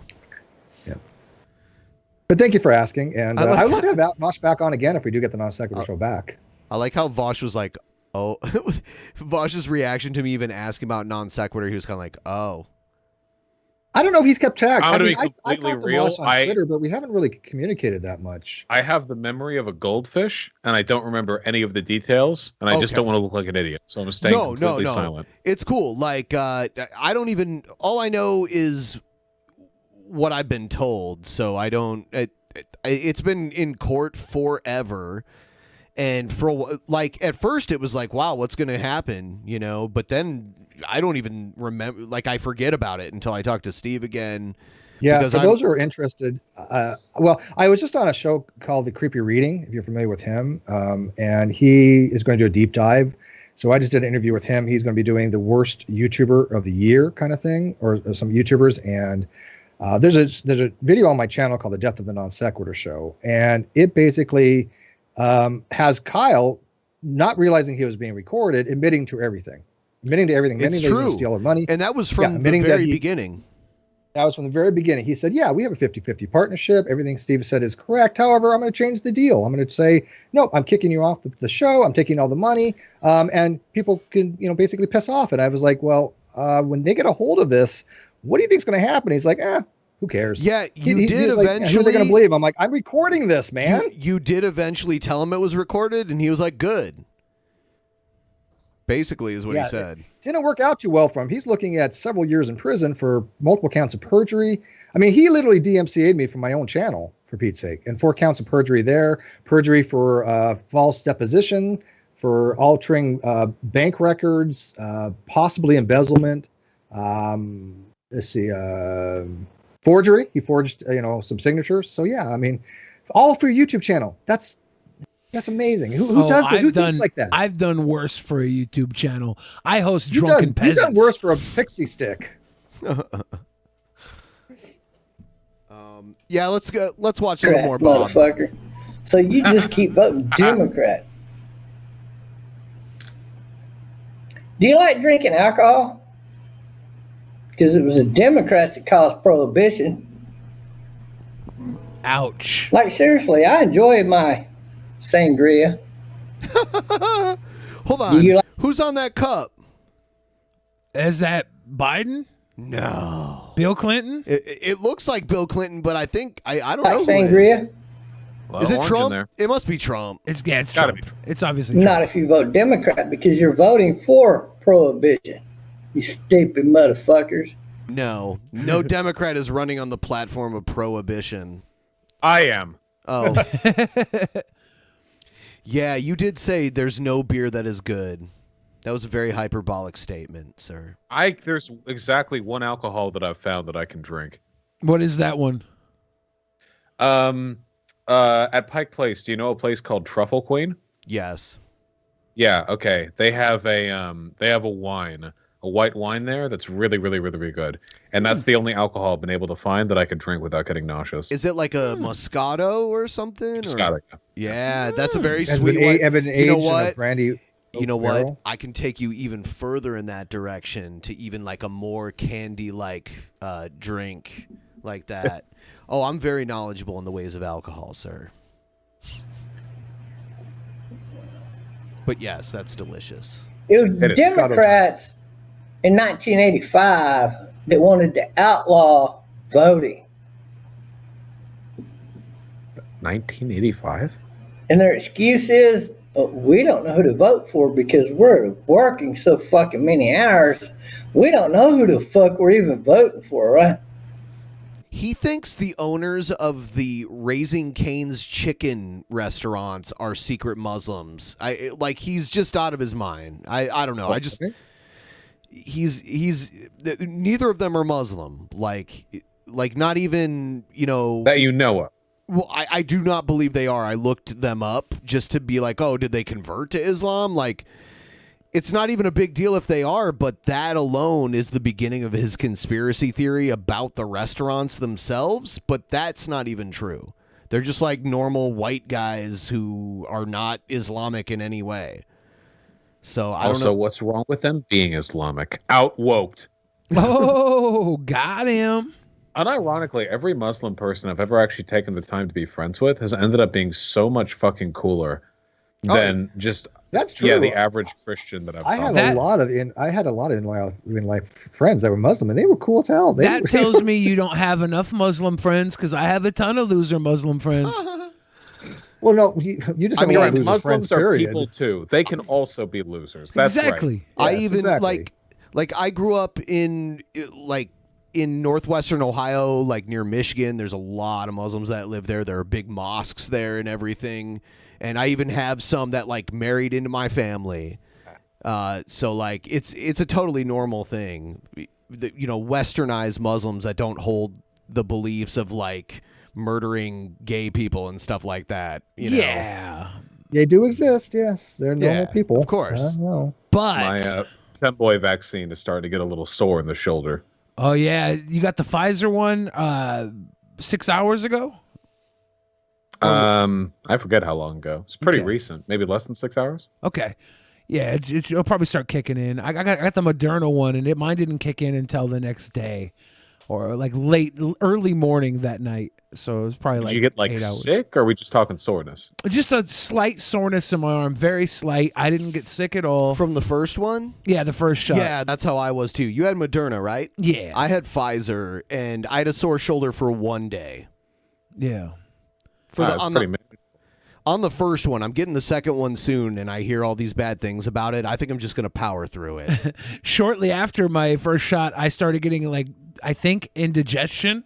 It was horrible, and it turns out it has nothing to do with the shot. I was just eating way too many sausage pepperoni sticks. When I stopped eating those sausage pepperoni sticks, the indigestion went away. Has nothing to do with the vaccine. Just thought you guys should know. Pepperoni's harsh on the digestive system. Yeah. There are some foods that when you eat, you have to buckle down afterwards. The Man versus Fries place, if you order the fries and the steak and shit, you get that. It's just a pound. Just a pound, a metric. It's not metric. It's imperial. An imperial pound of metric steak. Pound. In my case, steak, curly fries, secret sauce, Doritos, and bacon. And you just sit that down. I Sounds had like one King of these. Cobra food. Oh, it's a beast. Yeah, well, chat. I had this after the Hippy Dippy Royale win because I earned it. goddammit. It's just a brick of food, and you just sit down there and you eat it. But this is one of those things where you have to like mainline Tums or like Pepto-Bismol during intermittent portions to avoid a digestive meltdown afterwards. It's the most nuts food truck. If you're ever in Seattle, Man versus Fries, they do that's a food truck. Do they do like a Travis? Oh yeah, they have a food truck. Well, I think it's delivery. So I always get pickup. I don't have them send it. So I pick up from these food trucks. So it's basically cooked out of a truck. They have. Awesome. Have you ever had crunch wraps at Taco Bell? I was a crunch wrap connoisseur. A cunt wrap. I was a cunt wrap connoisseur. I was a crunch wrap connoisseur. Man versus fries is American food. Yeah, It must definitely. be. So what about like buffalo wings? That's American food, right? Well, barbecue is from the Caribbean. Buffalo wings. Isn't really barbecue though. It's deep fried chicken wings with this sauce that was pretty much created in Buffalo, New York. That feels American. Yeah, I'd say so. Okay. Yeah, that's one. Back to my story. Sorry. Ben Budinsky. You know what? I did want to mention a lot of people in Vaush's YouTube chat were mentioning Dearborn, Michigan. And Dearborn, Michigan's a cool town. It's a 50% Muslim town in Michigan because a lot of refugees moved there back in the day. Man versus Fries does these massive crunch wraps. Okay, crunch wraps. Sorry. With flaming hot Cheetos inside of them. And I can't even get through like a half of that thing without dying. It's so bad. I heard you can't get through half a poop of hot Cheetos without dying. I don't know. It's just like if you guys are ever in Seattle or if you have Man versus Fries in your area, check out your delivery options and treat yourself to some torture. There's so much good for you. Billy, do you want a really good home remedy for indigestion? Yes. I mean, I'm serious. I'm not even fronting here. And you can look this up, and it does work. I use it for myself, especially after pepperoni pizza. Get about a quarter cup of water and heat it up warm. Put a quarter teaspoon of baking soda into that. Let it dissolve. And chug it. You'll be burping with about a minute, and after you do, it's like nirvana. Nice. It's like gone away. That sounds like it would work, but it also It sounds does. like, should I trust you? Tell me to trust you. Yeah, no, I'm not dispensing medical advice. What the hell do I know? But it works for me, and I use that quite frequently because I have some indigestion issues. It's just baking soda and warm water? Baking soda and warm water because it dissolves better in warm water. Yeah. And as soon as you take it in, it reacts with the acid, it neutralizes it, and you get this nice burp. Within about a minute or so and a couple burps afterwards, and then boom, you just feel a hell of a lot better. Especially if you wake up like with sour stomach, like after you've eaten and you wake up and you have that burning feeling, it just neutralizes that. Yeah. Yeah. Not giving medical advice, just saying it works for me. No, I had indigestion issues for a while too. I lose and gain weight really fast, and I eat whatever I want, except right now I'm dieting. But normally I eat whatever I want. And what I want is just horribly degenerate food. And what I didn't realize was, because I run around my house whenever I'm doing physical activity, I thought I was super duper out of shape. But then, just because I got some meds for like heartburn or indigestion, and I could do everything effortlessly. It wasn't that my body was tired. My stomach was just angry at me for moving around. So now that's not a problem because I'm dieting, but it's actually crazy how much of an influence that You're has, still in your 20s, right? I don't need to hear it. Thank you very much. Yeah, I mean, you should have endless energy. Age, right? He's like so worn out. His body's giving out already. Yeah. Tell us about your health problems here, bud. Yeah. I got a home gym. Know. We're working out. We're getting back into it. Okay? I have one too. My back, it hurts so much. I had the opposite. Like a lot of people gained weight during the pandemic, but I lost weight during the pandemic because I couldn't go out because I love to go out to eat. I love to go to bars and have drinks and stuff like that. And I couldn't do any of that. So I was like, I might as well use this gym equipment I bought and that I have here at my house. And I just started doing it. And I bought resistance bands. I had put on 10 pounds over that year, and I have lost now that 10 pounds by dieting and resistance bands. Resistance bands are amazing how well they work. Yeah, I lost like 40 pounds, but it was mostly cardio and just not eating at all. Hardly ever, which is totally unreal. I lost 10 pounds this week. Yeah, because you did, like a 50-hour fast? Yeah, that's the bonus of being so fat. See, like in keto, you started off with a fast before you eat your all-fat diet, basically. Yeah. It does work. Yeah, but it also makes you sick, and I think you've got to be. I didn't get sick from it.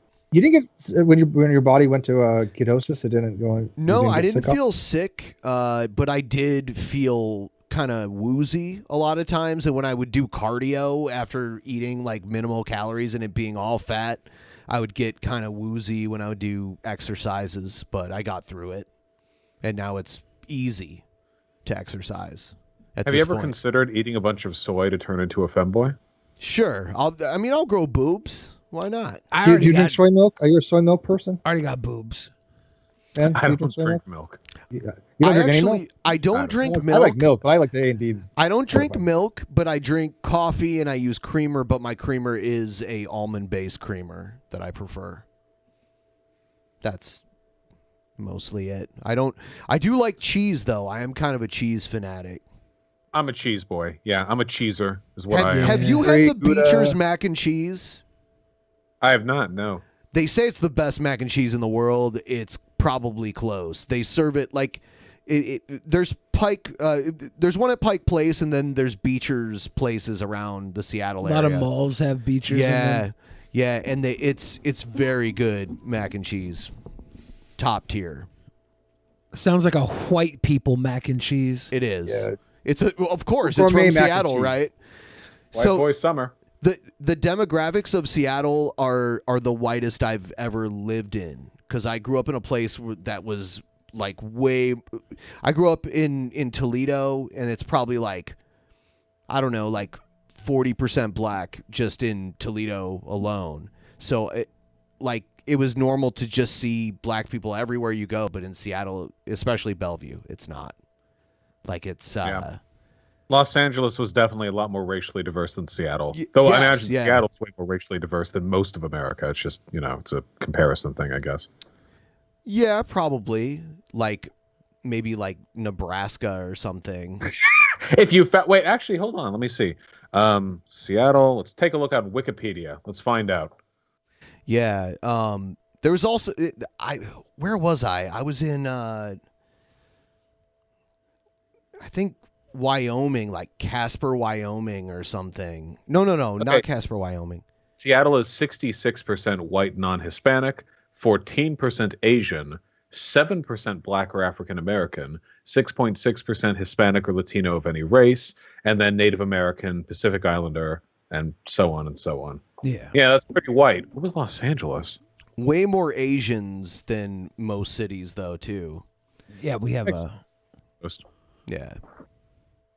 Like in Bellevue here, they cater a lot to the Indian Asian and market. Like you'll go to the movie theater and they'll have.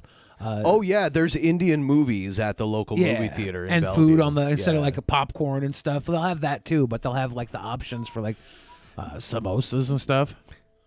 I think LA is actually under 50% white. Yeah, a lot of Mexican people come up into LA, right? Yeah. 10% black, 11% Asian, and other race is 24%. But this is from the 2010 census, which means there are probably even fewer white people today. It's true. And other race probably means non-white Latin. There's only 2 states that I'm aware of in the U.S. that do not have like an Anglo, like white majority, and it's Hawaii and New Mexico.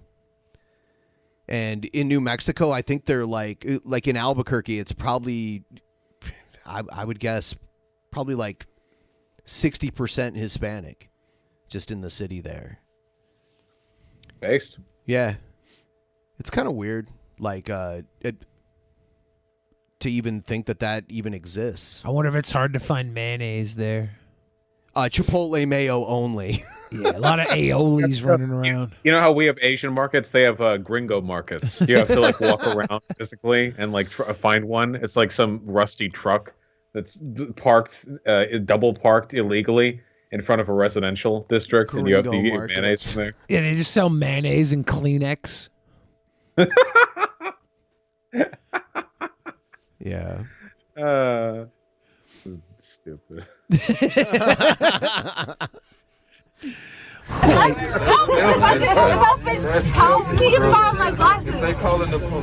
Are you recording? That's illegal. That's illegal. So like, that's illegal. This girl and her boyfriend sitting right next to her, he's very embarrassed, and I don't know. She's ducking out of sight. Oh. Why is it that people go crazy on airplanes all the time?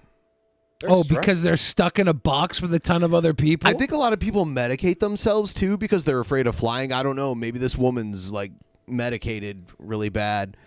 That's illegal. You need to get my permission. What was that? It's a pressurized skybox where you're crammed in with other people. It's stressful. But I hate they go nuts when they see a camera. It's like, you hate to break it to people, but there's cameras everywhere. It's being filmed because the mask is off, right? Baby, stop. No, that's illegal. You didn't get my permission at all. Do you realize what you're doing? While you're at it, can you look at my glasses? Please. This is my fiance. Okay. Then why are you sitting next to her? Anymore. Yeah, who's the guy in the middle? Yeah, why do you need a mediator to fly with your fiance? We got a problem. Everyone it's else. It's a polycule. It's the cuck and the bull. Okay, it's perfectly normal. Get over yourself. Not judging them. Not judging their relationship. It's fine. I'll stop when you stop. I'll stop when you find my glasses. No, because that's disrespectful. I'm disrespectful? Are you kidding me right now? How did I disrespect you? Sucks when the plane starts laughing at you. We've been listening to your crap for hours. These 2 lanes. How did I just? No, you stop. You stop. I'll stop. You stop, I'll stop. Okay? No, that's disrespectful. No, that's disrespectful with this bald ass. You probably don't get your dick sucked, little fucker. She's snapping on him. Wait, what initiated the film? Right What happened? Here. 40-year-old virgin going to Vegas with his token. Got him. Motherfucking, you want to pick at a person that can't see shit. Baby. So she's looking for her glasses. Right. And she's trying to get her glasses. Okay. And she's saying, put the camera down and help me find my glasses. It's not this person's responsibility to help her find her glasses. Well, if they were the gentleman flyer, they would help her find her glasses. So you should never touch another person's glasses. They are filthy. Glasses are absolutely disgusting. I would never. They're so gross. And on an airplane, the only people that can help you find something in your row are the other people sitting in your row, right? Like a guy 3 rows down isn't going to be able to help her find her fiance's in the row with her. Yeah, he should help find the He's glasses. embarrassed. The poor guy in the middle in between them, I don't understand why that happened. He's not going to help her find them. Honeymoon's over. I don't know. She's telling the guy to leave her alone because she can't see. Yep. Poor woman's blind, getting picked on. Yeah. I just don't understand. She can see the camera, I guess, so it can't be too bad. I don't know. People jump to that it's illegal shit so quickly. What gives Americans the confidence to declare the illegality of perfectly legal shit? They do this all the time. Anytime there's a public entitlement. It's simple as that. They think there's laws on the books that don't exist. Ignorance is America's superpower. To be fair, you know which group of people is the most likely to make a legally incorrect statement with regards to the legality of public filming? Police. Yeah, and they're the ones whose job it is to know. Oops. But I don't know if they're like lying on purpose though, right? They're they like, have body cam. Yeah. They're lying on purpose. Yeah. They'll say anything. Cops, when they roll up to you, they'll be like, yeah, I'm sorry, but Code 76, Citation E, Paragraph B says that if you continue to hold that camera out, I am allowed to fuck your dog. Sir, your dog is looking at me in a very sultry manner right now, and for their sake, camera away right now. All right, you've had enough work. Like, they'll say anything. They don't care. Oh, they don't care. And they know that they do the paperwork, and nobody's going to come investigate them unless they really fuck up. So they're going to walk around, do and say whatever they want. I don't know. I'm just allowed to lie. They're allowed to lie to people. I'm a big fan of the police because I don't want them to mark me and start following me around. Good guy cops, leave me the fuck alone. Stay away. I'm scared of you. That's all I'm saying.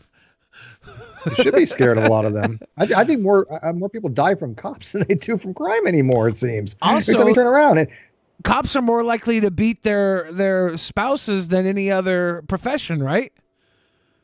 it's a high stressful job. They got to take it on somebody, I guess, right? The data on that. So there's actually an interesting story to that data. As I understand it, that citation was cited in some congressional hearing a million years ago, and it's based off one paper, an old study. And I think the actual statistic is that there's a 40% chance that a household in which one of the people there is a cop has domestic violence. Not that the cop does it, but that it has domestic violence. Now, I'm not a betting man, but I'm willing to bet that in a household where one person is a cop and the other person isn't, if there is domestic violence in that household, it's probably the cop doing it. That's just very unlikely the topic is going to be the victim of domestic violence. Now, it doesn't mean it can't happen, and in some cases it probably does, and we should never blame the victim, but in most cases it probably is he's going to or she is going to be the aggressor.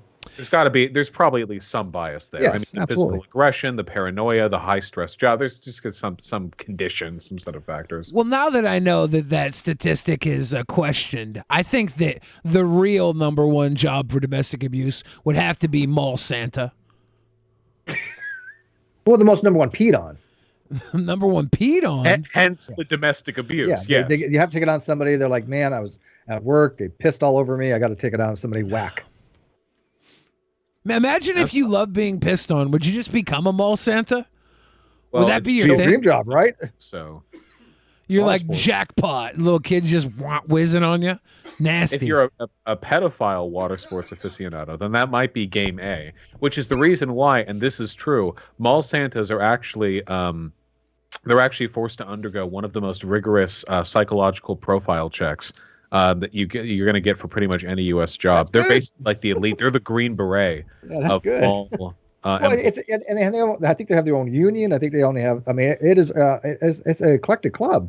That's good though, because you're gonna have people's kids in your lap all day long, like just psychologically, not from the pervert standpoint, just from not reacting poorly when a kid is like grumpy and does something and yanks your beard or smacks you. Usually you it's gotta a have fake resolve. Well, yeah, it's Yeah, a but fake. those aren't the it's a real fake, Santas, Yeah, it's a though. fake The real beard if Santas you're a have a crappy natural Santa. True. Also, their union is great. You know, they get 50 weeks of work off every year. That's collective bargaining right there. Yeah, that's some bargaining power right there. But don't you think that the Santas that have a real beard probably get paid more? I mean, They do get paid more. They do get paid more. Yeah, okay. Yeah. I mean, that's what can I Real get for beard this? looks way I would hate that job. Their benefits are amazing. They get free cookies. They know when you're sleeping. They know when you're awake. Yeah, they know if you've been bad or Santa for good. cookies. I'm not finishing it. You don't like cookies? You want to be Santa for cookies? I like cookies. Cookies are great. I like that they're starting to leave milk and cookies out for Snoop Dogg and Willie Nelson on 420. That's my America. Yeah, those are different kind of cookies, man. Hey, can I ask you guys a question? What's your favorite type of mushroom? Amanita muscaria. Let me Google mushroom forest, and I'm going to see which one looks really pretty, and I'm going to say that Anything one. with psilocybin? I'm getting a World of Warcraft zone. Psilocybin mushrooms? The freaky mushrooms? I don't know if I have. No, not personally. I do like the portobello. Yeah, I don't know. I like fancy ones. Shiitake is good too. I don't know what the name of them are, but they're the tiny little mushrooms that cook up with a steak. You know what? Little tiny ball cap. What about things. the little mushrooms they give you at like hot pot and stuff? You know what I'm talking about? They're little skinny. I don't like those. I don't No? like the tall ones. I like them to be like a short, stubby chode. I don't like the thinny, skinny ding dong mushrooms. The straw mushrooms. I like turkey tails. Turkey. Oh, I gotta Google this. This is Look my at life that. right now. Turkey tails. Are you introducing me to turkey tails? Yeah, I'm introducing you to turkey tails. Look, they're really pretty. They look like coral. Yeah, that's nice. Okay, I'm Googling turkey tails. I have to add mushroom in because I got a freaking ducktail ripoff where they were all Thanksgiving turkeys, and that pisses me off.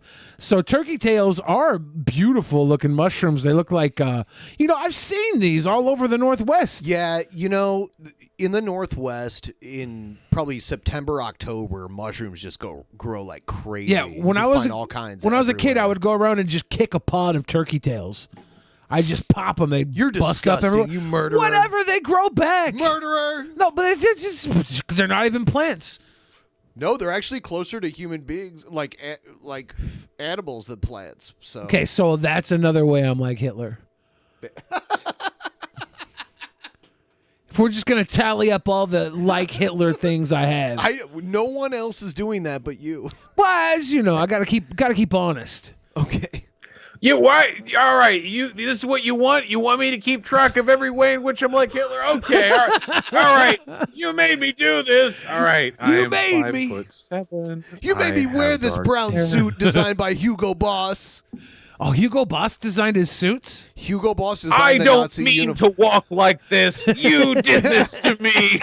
Yeah, Hugo Boss designed the Nazi uniforms. Wow. He was actually alive back then.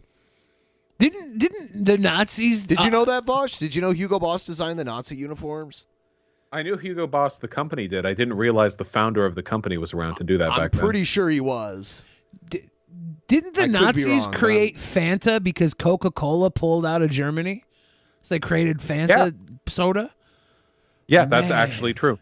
Man, that delicious pop is of the Nazis. I love how you called it pop. Delicious colored pop. Yeah. Soda. I grew up calling it pop. Could you imagine that without the Nazis, we'd probably all see Faygo commercials on TV? Oh my God. They'd all, like, Nazi rallies would all be like the gathering of the juggalos. Yeah. Yeah. Amazing. That's a better world right there.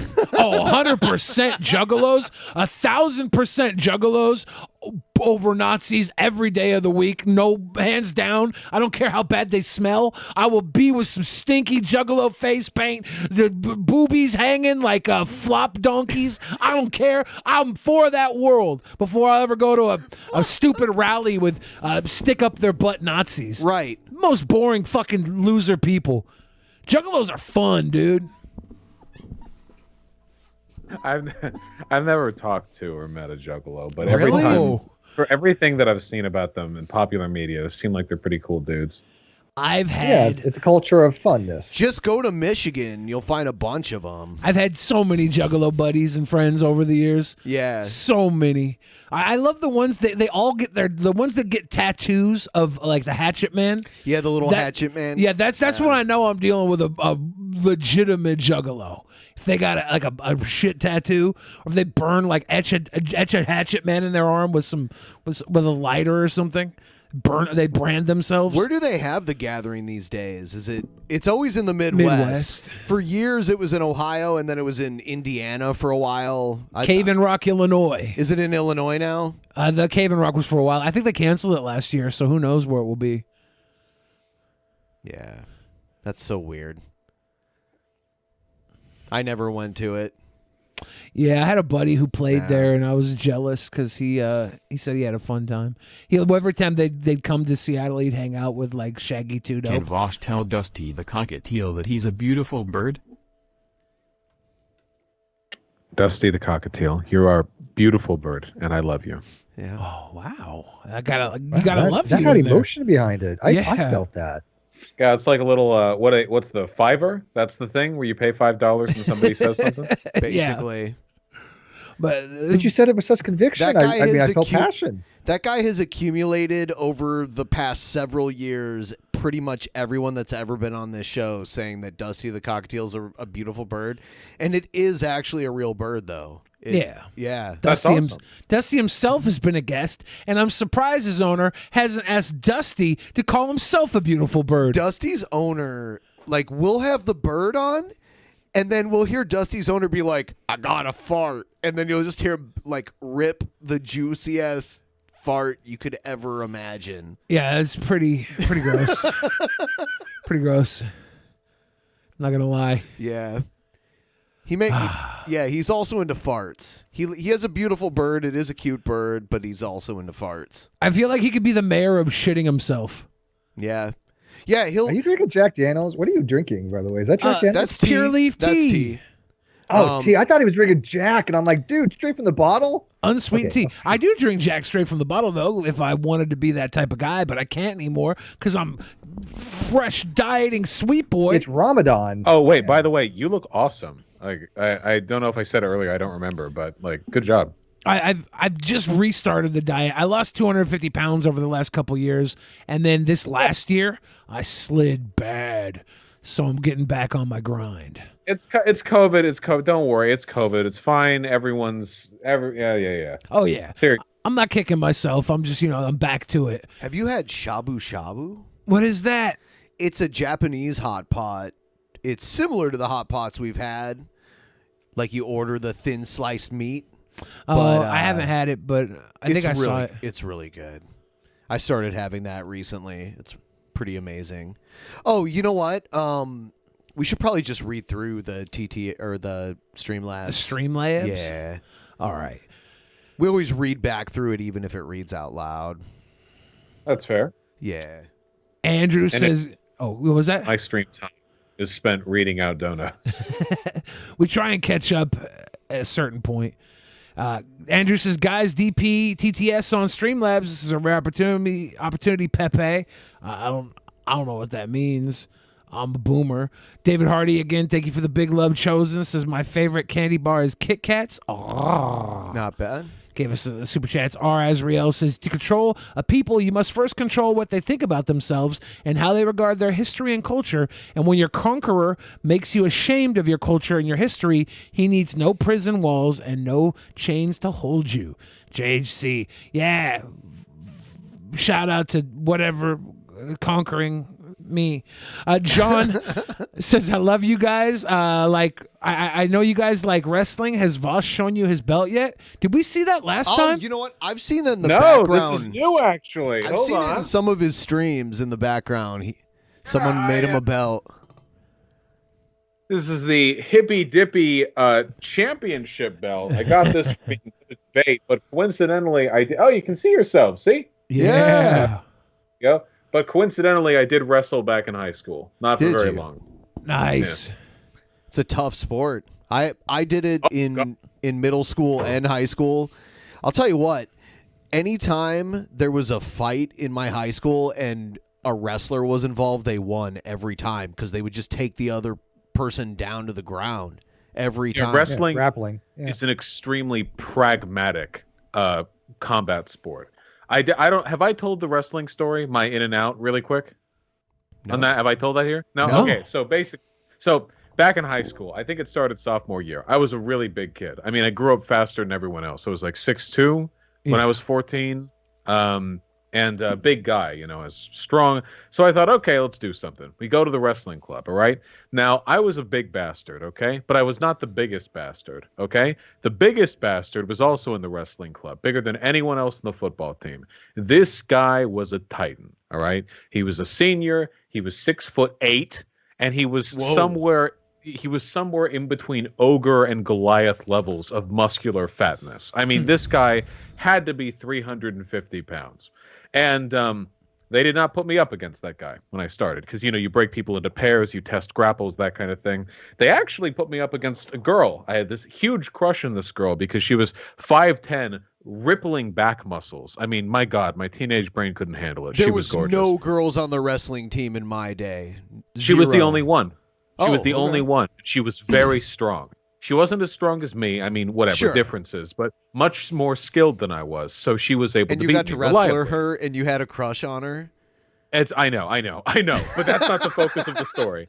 But oh my God, so cute, Yeah. But anyway, this big bastard, he would always wrestle against the coach, who I shit you not was this KGB Russian dude who stopped before the collapse of the Soviet Union, came over here to do like the martial arts thing, and then now he's retired and he just helps out with the school stuff. And they would pair off with each other. And they were evenly matched because he knew some sort of KGB magic with his brain. I don't know. But we also would occasionally train with this it was like wrestling soccer. It was a big gym mat area, pads everywhere, two goals on either side, a soccer ball, get the soccer ball in the enemy's net, no matter what. Doesn't matter. Shoulder checks, grapples, kill people. Who cares? And I had the biggest bastard on my team.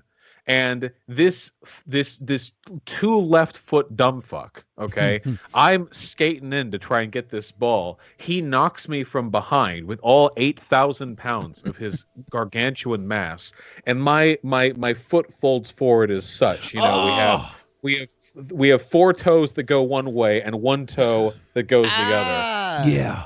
My toe just gets snapped in half like a Kit Kat, and yeah. Anyway, after that, I stopped, because it sucked. You know, it sucked a little bit. Yeah. That doesn't but sound like wrestling practice to me, this weird new sport that they created where it's like wrestling and soccer. What the fuck is that?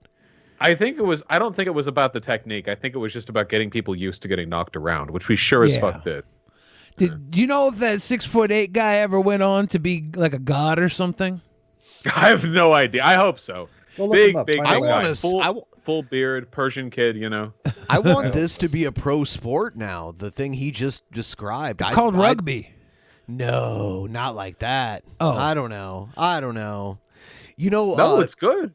There was this weird thing in Eastern Europe for a time on YouTube, this Eastern European multi-guy fight league, like team fight league. Yeah, that was interesting. Yeah, and it's still out there. It's probably like 6 or 7 years old, but you can go back and watch the whole thing. It's like teams of 5 going. Yeah, and they take out like a couple guys on one team and they just beat the crap out of the remaining guy. Yeah, and jump him. it sucks to be the last guy, and there's like 3 or 4 of them left. Yeah. That was fun.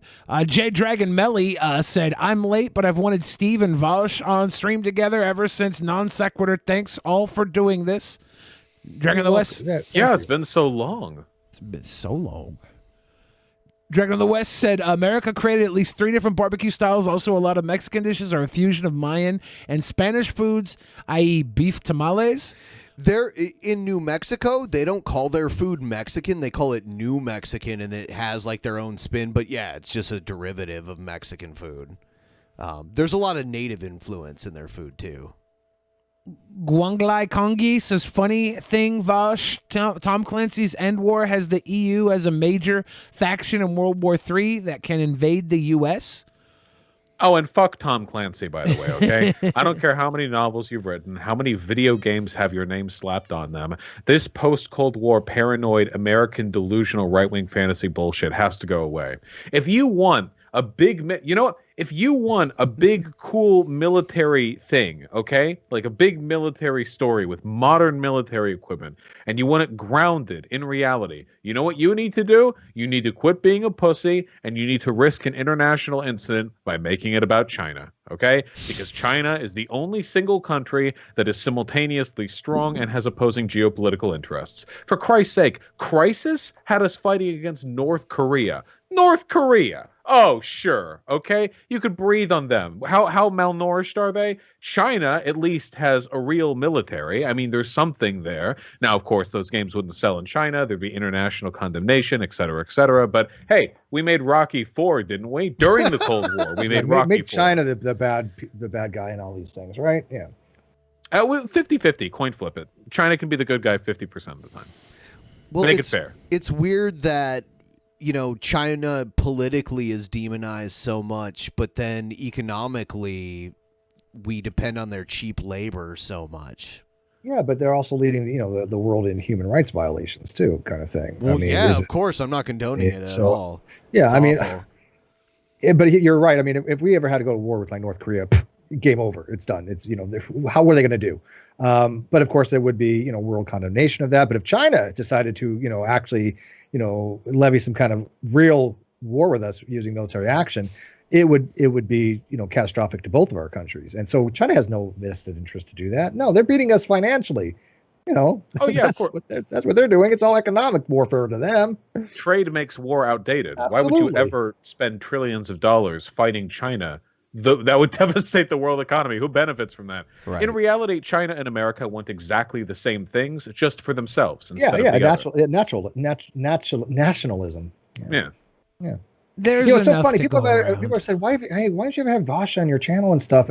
And I keep on saying, what the hell are we going to talk about? We agree on most stuff. I really don't. It would be the most boring discussion in the world, because usually I get people on that want to disagree and have a discussion and argue and all that stuff. I'm like, I don't know what the hell we would talk about. I'm not really much into. There's always incest. I could just I tell get it on Twitter all the time. When is Vaush we could going on talk channel about again? incest. I'm like, I don't know. Maybe we're going to talk about something completely innocuous to talk about one of these days. Vaush, man. a lot of Stupid. times we talk about the two parties and how we're like just a couple steps away from a single party because of how much they agree. Do you agree with that, or do you think they're more different in that they're? I think I would have believed that back during the 1990s, especially. Bill Clinton was a fairly conservative Democrat. He bragged that the era of big government was over. Nowadays, though, things are rocketing away very, very quickly. There was this really interesting survey done on rhetoric and political positions held by the Democrats and the Republicans. The Democrats have remained rock steady since about 2004. After the 9/11 hype wore off a little bit, rock steady the Democrats. With minor variants. The Republicans have soared to the right. Though I guess Bernie Sanders had a pretty strong leftward impact in the Democratic Party as well. I think that right now I think the Republican Party is pretty soon going to be like the fascist arm of the United States. It's not going to be like two competing corporatist wings. It's going to be one failing neoliberal party versus an actual objective effort to destroy the planet. Do you think that was? Do you think we'd be better served by multiple parties? I want we should get rid of first past the post voting because that makes it guarantees that there can. Do you want ranked choice voting? Yeah, ranked choice, or there's some other ones that work really well too. There are a bunch of formulas. Vaush, that's something you and Jimmy Dore agree on. Yeah, and you know what? Much like the comparisons to Hitler, every once in a while you might see a slight overlap. But I'd like to believe that on the whole, we all have not so much you and Hitler, not so much me and Jimmy Dore. But I do believe that one of the big issues that we have is political disenfranchisement, okay? The Republican Party and conservatives in general are very good at falling into line. If you hate abortion, if you hate minorities, whatever, the Republican Party is here for you. Most people who believe in the values of the Republican Party vote Republican. But there are many people who believe ostensibly in the things that Democrats support. Hypothetically, the things Democrats support, not being racist or what have you. But they don't vote Democrat because they think Democrats are a poor representation of those values. They want an independent party.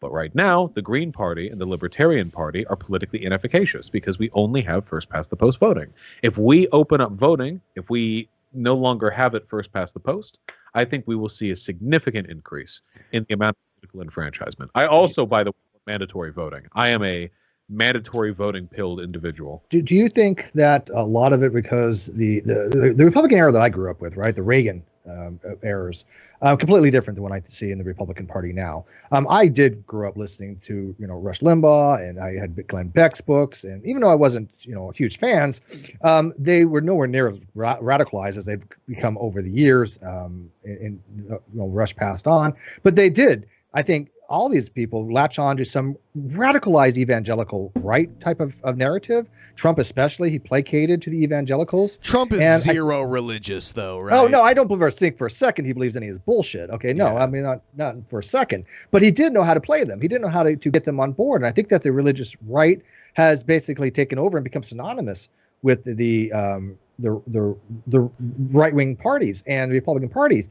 And that wasn't what it's like back in the 80s. It was a completely different type of mindset. And Vaush can respond to this, but I also wanted, because he said something, what would be the consequence for not voting if you don't vote, since it's mandatory? Yeah. Is it criminal? Is it civil? Do you just get a fine? Can't drive? Tax? You should get, I think that you should, I don't think that, I think that mandatory voting should be a tax incentive.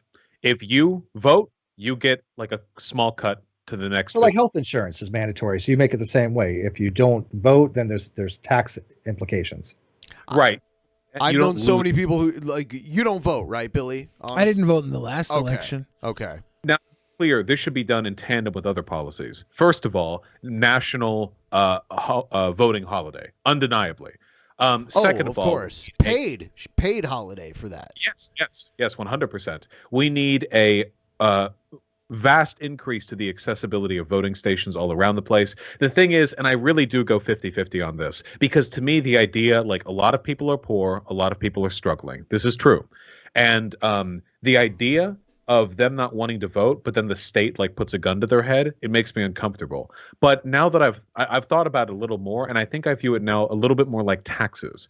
I mean, if you live in the United States, you have to fill tax information out. Even if you pay nothing in federal taxes, you still have to pay. You still have to fill out the forms, make sure all the T's are crossed, the I's are dotted, and if you don't, a gun gets put to your head by the state. This is no matter how poor you are, and that's because paying taxes, or at the very least having your income being made accountable to the state, is considered to be an essential component of a modern functioning government. And I think compulsory voting might be that as well. Now, we have made taxation and paying your taxes way harder than it needs to be. It was actually the companies that do your taxes for you. You know what I mean? Like you pay them and they do your taxes. They are the ones who have prevented the federal government from just sending you a bill. Because the government knows how much you owe the federal government. They know that. The state, the federal government, and the city could just send you bills. They could be that simple. But these people, they wanted it to be a circuitous and complicated system so that they could make millions, billions doing taxes. That's why the state arrests you if you don't pay the right amount in taxes. There are solutions to these problems, you know? Yeah. Certainly. Yeah, but I don't think that's what I have as mandatory anything, because the government, when they get involved and make anything mandatory, it never works out well for the people. See, I think they should give everybody their own little cellular devices that have facial recognition, and when voting time comes, you have to watch like a 1-minute ad for each side or whatever, and then you vote. And once you're done voting, you get access to Disney Plus and Netflix and all that stuff for free on your little device the rest of the time. Incentive. But you don't get it you get to back watch until The you Mandalorian get for free. until you get through your little lessons or like ad videos for each thing and vote, and then you get your entertainment hub back. And they can follow you everywhere, and the cameras are live, and they can connect them as data points to see where you're at. And also, they have to give you like a little microchip in your penis. In your penis? Yeah, in your penis. Why penis? Why can't it be in your arm or in your butt, like on your butt cheek or whatever? Because people will cut off their butt cheeks. That's a lot of flesh to cut off. But they'll do it to get rid of that chip. Not if it's in their penis. Well, if they're willing to cut off their whole butt cheek, yes, they're willing to cut off their penis. You're going to be reminded of that. Every time you take a pee, you're going to be thinking about that chip, man. You're usually, always going to be thinking about whenever that I'm peeing, I'm usually thinking about chips already. Somehow, when Like Billy Pringles. controls the narrative, we always get back to dicks. I love Pringles. I'm just hoping that you're thinking of how to aim properly when you're peeing. I don't have to aim. God's with me. I piss by faith. God is guiding me. Do I do that? No, I don't do that. Take the penis. Yeah. I have to lift my belly, so I can't do that. Vaush, are you effing out over on your stream? Oh yeah, no. My fucking American internet over here having a great time. We have it though. Yeah, we're on the same time though, man. I have a great internet. The internet over here is it can work pretty well, but I was having trouble for a while. I had to call people out to come here and fix the wiring. Yeah, I think what's actually happening is that it's a problem with Streamlabs OBS. See, Streamlabs OBS is a built-in duo streaming feature that has caused some drop issues in the past. They recently issued an update, and after that, the problem got way, way worse. So I think the problem is there. It's a really, really glitchy update too. Isn't it amazing when they do an update, things get worse? It breaks the thumbnail. Have you ever heard of XSplit? That's what I use. Yes. I might have to, yeah. Wait, because you can hear me just fine right now, right? Yeah. You're Hold fine. on, wait. Yeah, just a second. Internet speed test. And if I run an internet speed test, yeah, I'm getting a gig right now. So it's not my internet. I think it's Streamlabs OBS. Yeah. Yes, OBS is buggy as hell. There's no I question was about using I tried OBS, not Streamlabs OBS, but the Can you ask regular Vaush OBS why for a he has while. refused the single best method of pushing people left, a solid, regular, weekly dose of woke buddy Vaush. Woke buddy Vaush? Don't give them what they want. Don't give them what they want. I won't give you what you want, trolls. But Here, chat, see? Look, chat, see, it's not... She wasn't the internet, it's Streamlabs, okay? I'll maybe switch to a different program before next stream. Sorry. Yeah. There's so many programs out there, but I did try to use one, and it totally fucked up everything here, and I had to reset everything and start it over again. It's weird how temperamental it is. And it here where we do this, because I have multiple mics and multiple cams in here, that makes it even more complicated and things can get weird and laggy.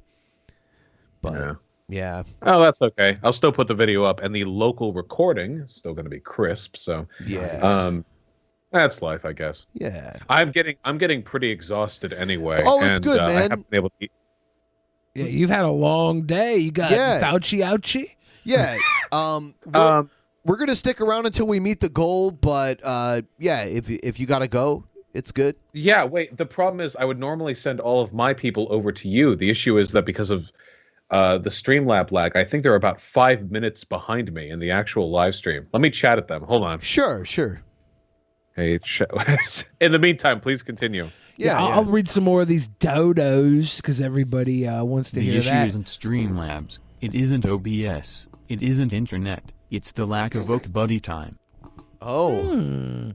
It's my meme subreddit. It's I don't get it. You guys are gonna have to do another $20 dono to teach me. Let's see. R. Azriel, thank you for the message. John J. Dragon Melly, Dragon on the West. Okay, here we're caught up. All right, finally. Thank you, Holic Master, for the dono. Fixed Soul. Don't let Stabby win. Donate now. Oh, Coop Car gave us that big love.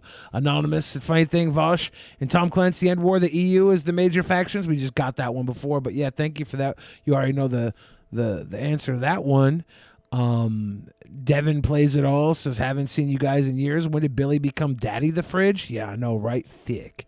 Holic Master gave that love. Ante Juzor says Vaush bad hail Satan. Ooh, you better stop. Juzor. Uh-oh. Maybe I said Juzor. I don't know how to pronounce things. All right.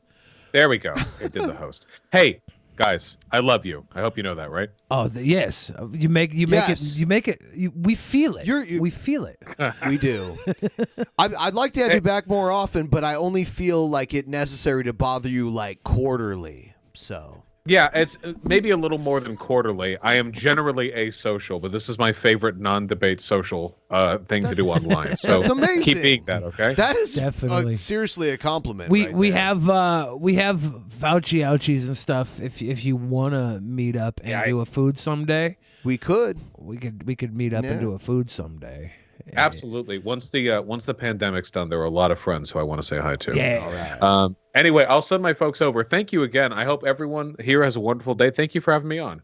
Thank you, Bosh. Good seeing you again, bro. Have a good night. Of course. It's great seeing you again. And by the way, Steve, I hope the legal shenaniganry happens. Okay. I appreciate that, man. Well, and I'm telling you, if when we do get the Non-Sequitur show back, you're more than welcome to come back on anytime, and you know that. And we will make something happen. And again, maybe not something along the lines of a debate, but I mean, I just like having discussions. It's good. We can. I'm happy having a calm conversation. Nice. That's what I like. A nice, calm, relaxing, chill. Have a scotch and just have a discussion. Take care. You too, buddy. Good night. He's nice. Right. He's a nice guy. Yeah. And welcome to the Vaush raid, all of you that came over here. Cheers. Thank you. Give us a like, give us a subscribe if you want to. I've gotten, go listen to the beginning of this show. I was not slurring and not drunk, and now I am drunk. A little bit more, yeah. It slowly progressed. It was a downward spiral. And you know what I do notice? Oh, go ahead. How many terabytes does Nick Fuentes have of Catboy porn? No. Oh God. Of porn of Schrodinger from Helsing? Like that's all the terabytes. I don't even know. Andrew donated some big money, and I don't know if because it was a link, if it didn't show, but they're trying to pimp some subreddit that I don't want to support. That might be okay, buddy Vaush. I don't like that. Bay Area Gaming says, let's see who's the best wingman whenever there's another DP meetup.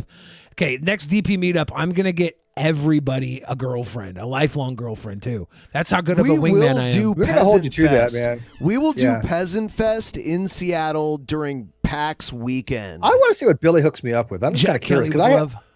Billy, if you were matchmaking, I want to know who you think. I'm would be such a good wingman that I will give everybody lifelong just do it, man. relationships. That's how good I am. I'll be happy for 24-hour relationship. Nope, no option. There will be I'll go love, for- love forever and always. I'll go for the marriage. I'll go for the whole. If you find the right one, you do the whole matchmaking thing. Yeah, let's do it, man. Jack Kelly with that super chat. Thank you again.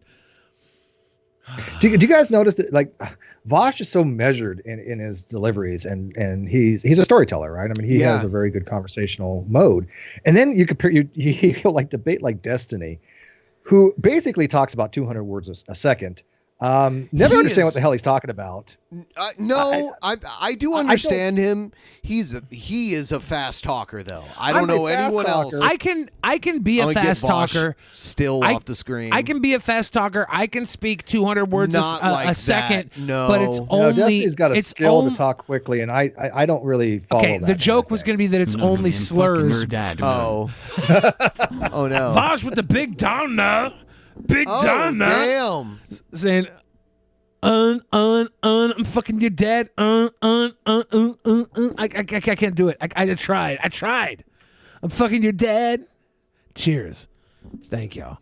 I'm not even drinking tonight. I have a little bit of brandy here, but I just don't feel like drinking. I had a Bang Sourhead. This is a caffeinated drink. A Bang Sourhead? Skype thing. Yeah, let me see here. Oh, Bang! Man, you can't see it because don't you know Bang supported Trump's campaign? Oh yeah, my obviously gosh. this was if you drink Bang, then you've got to like support Trump from what I understand. Yes, it's I'm MAGA really energy. caffeinated, but I didn't feel like drinking tonight. It just wasn't a drinking night. Yeah, I'm just drinking my tea, my unsweetened tea, my baby Billy bitch boy tea. That's Alpha Ched Vaush. Yes. We're very close to hitting our goal now, thanks to the flurry of donos. Much appreciated, everybody. Steve, what's the highlight of your week? You know what? It was having my daughter come over and having some bacon ranch pizza with her, actually. That was my highlight of my week. And it was Bacon good. ranch pizza? Where We had bacon ranch pizza. was it a mom and pop? Was it a big? Was it? No, a big it chain? was Domino's, and I actually got like some barbecue chicken with it as well. But when I got it, I was like, "What the hell is this?" It was burnt. It was like, and I put it on Twitter. Even I'm like, "What do you guys think this is?" And some people actually got it right, but yeah, it was not what I was remembering from having barbecue chicken from them before. Yeah, the pizza was really good though.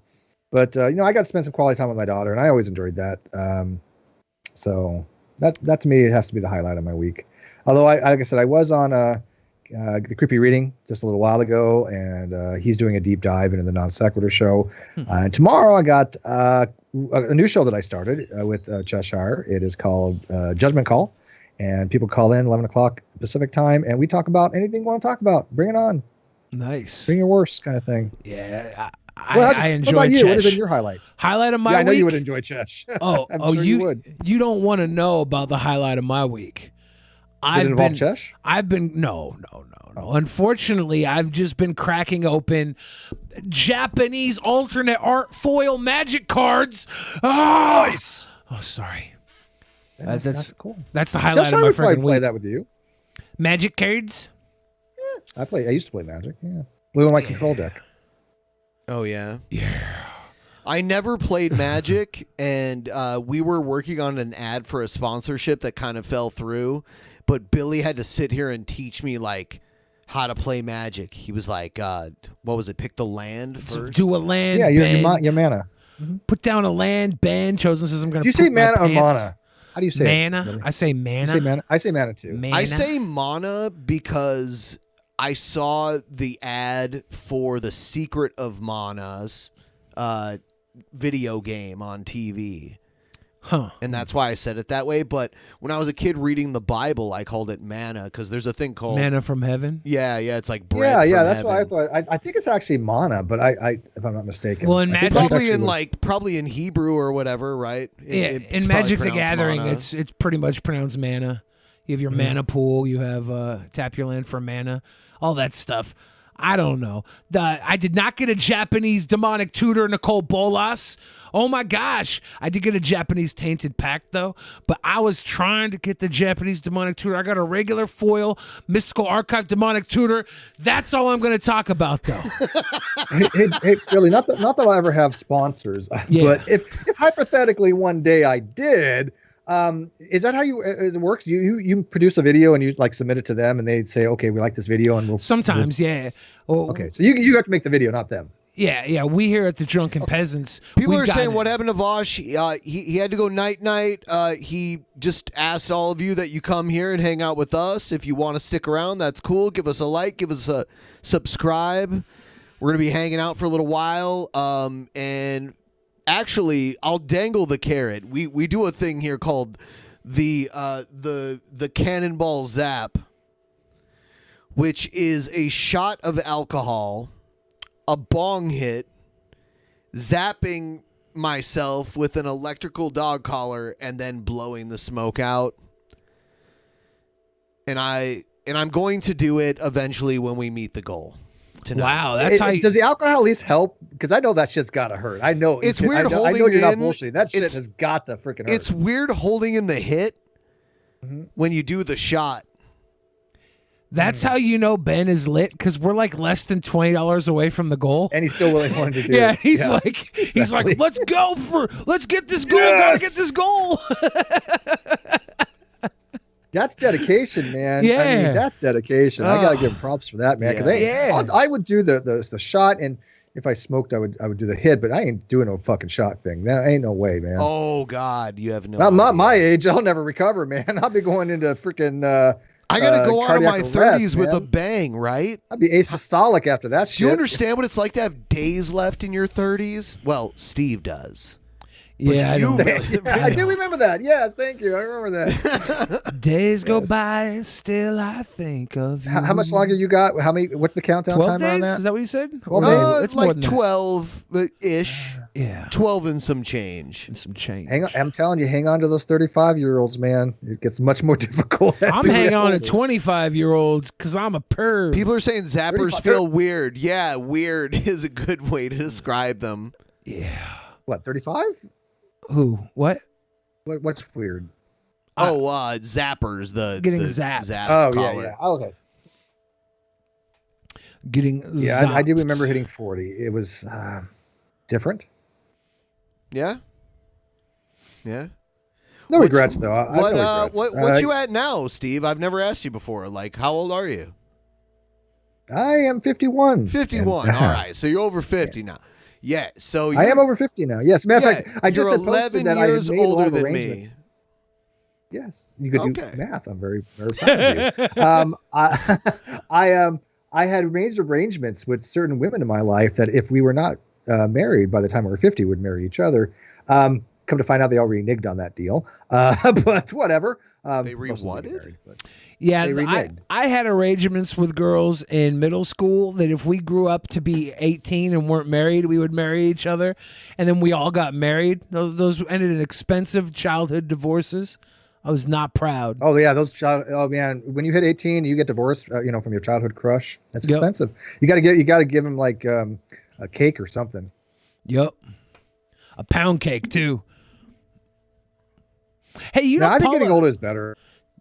But as you get older, you got to gain wisdom, right? You gain, a better sense of yourself that you don't have when you're in your 20s. You gain in your 20s, wisdom. like, what the hell is this? I'm in my 20s. I still feel like a kid. You gain wisdom, but you don't have the energy to use it. Hey, this is true. Yeah, well, they you know say what I've youth got is for wasted you? young for that What's very that? reason, right? More Skippy content. Oh no! Can I show you some Skippy I content? suppose. All right. Hold on. Hey, what's up, plain girl? I liked her. Okay, so we just got done eating. Mark went his way. We're now about to drive home, so I'm being safe right now. We haven't actually started driving. Yes. I would be very unsafe. Yeah. The food, how was it? Delicious. Mm-hmm. So I don't understand this guy. We've been watching him. He's insanely creepy on these dates and that he films, and he always gets these women like this. I have never Wait, seen on a date? Yes. He gets I'm done. dates No, fuck all this. Fuck the it, I'm done. time. It's He gets not dates hard to get all dates. the time. It's not. It's not. Hard. He never keeps them. I know. It's not hard to get dates. It's so easy. To Nope. get, if you want to get dates, Nope. learn I the don't know how scumbaggery of she's even pickup sitting there. artistry and be a scumbag, because that's what this guy's pretty much doing. He's doing the numbers game. He's probably got turned down 100 There's more the times one where he than just he's ever like kissed accepted. the girl and she was kind of like. Yes, it's very predatory and weird, but you go for the shots. But he he films it. Yes. Any films? Very good. I'll probably come back again, actually. Yeah.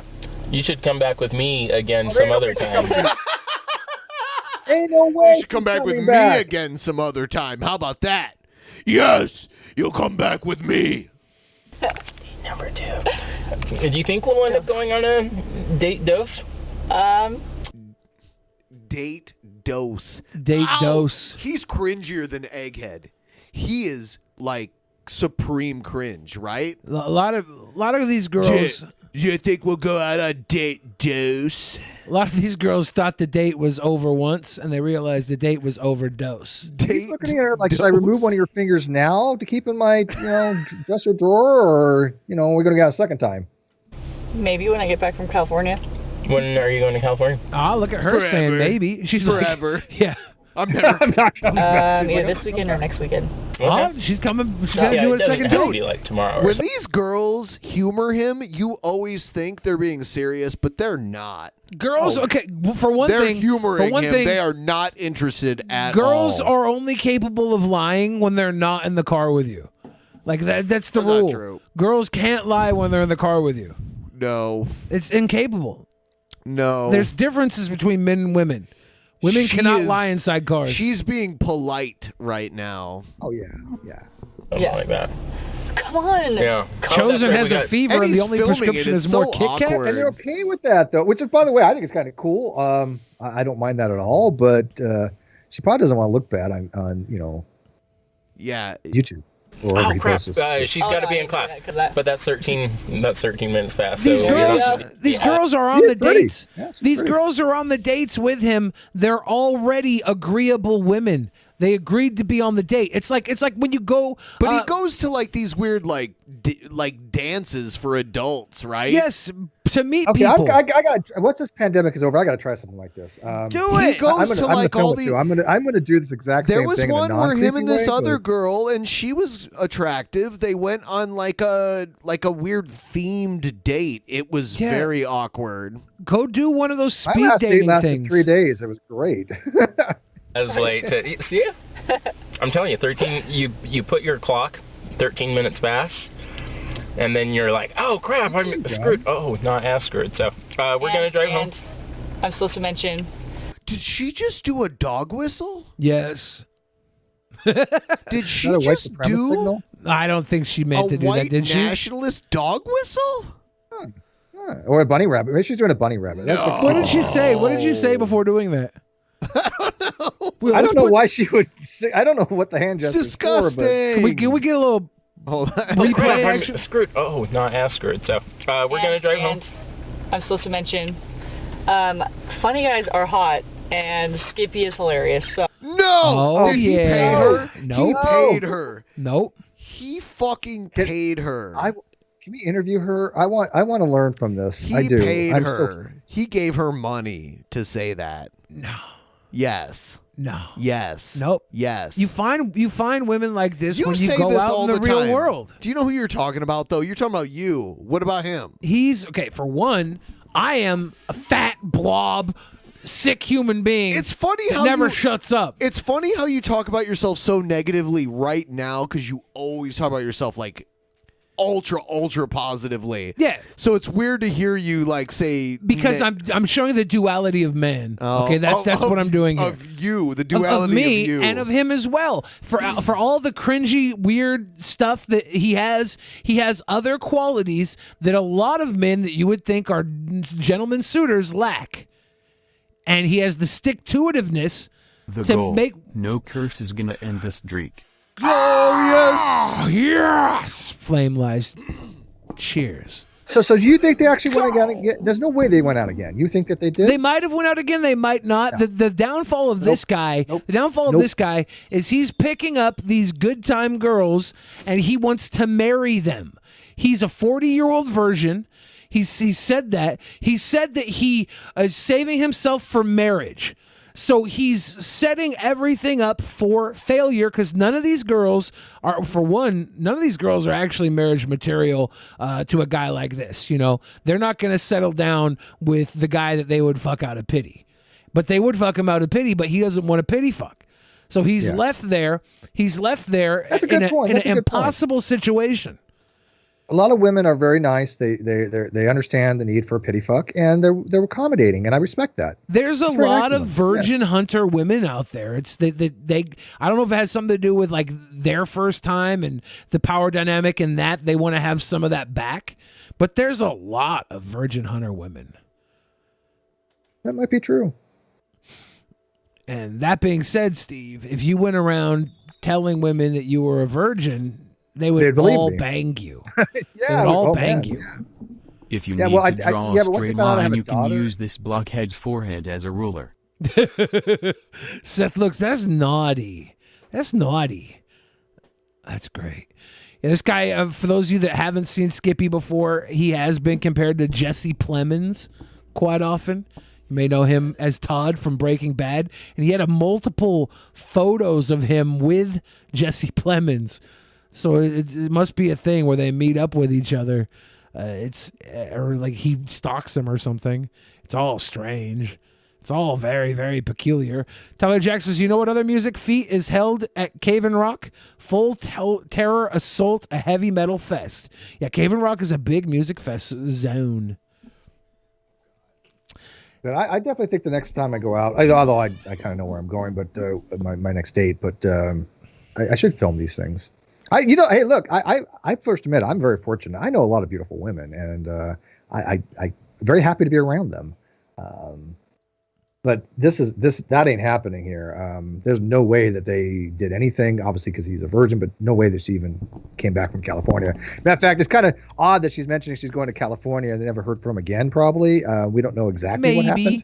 But girls get bored and do stuff. They do things they would never do when they have other options, to fill their time. But usually, one thing with girls is they're usually always fixated on the one guy that doesn't want them. So they break down any other pure relationships they have, and they fill that downtime with guys they would never stay with, but they would go around and flirt and date and have micro relationships with. Cannonball! Well, you know what? We need to go on a double date then. Yes. Not with by the way, not with you and me as the couple. Oh, okay. You find somebody else. Okay, I got something in mind. Ben just did a drink shock smoke. Did he just take a shot? Yes. Ben did a drink shock smoke. Chosen donated, said if a woman got her vagina removed and then had it put back, would it be called a regina? I think so, yeah. I think so. Did that hurt, Ben? Did that hurt? Yes, that did Tell hurt, us how Ben. bad it hurt. He's got to wait. He's got to collect himself. Look at that face, man. You can tell he's got to collect that himself. face is like, fuck this shit. What am I doing? Jack Nicholson says, Billy, who's your favorite commander and what's your favorite guild? Go Gary for life. Are you mentally prepared for Lord of the Rings Tolkien MTG set? Magic the Gathering is going to get a Lord of the Rings set. And yeah, I'm prepared for it. I bought the Walking Dead set, partially because people were complaining about it and partially because Negan is a sweet card. My favorite commander is Doran the Siege Tower. Boom. Fight me. And my favorite pairing, Rakdos, red, black. Yes, that's right. Sorry, enough magic nerdery.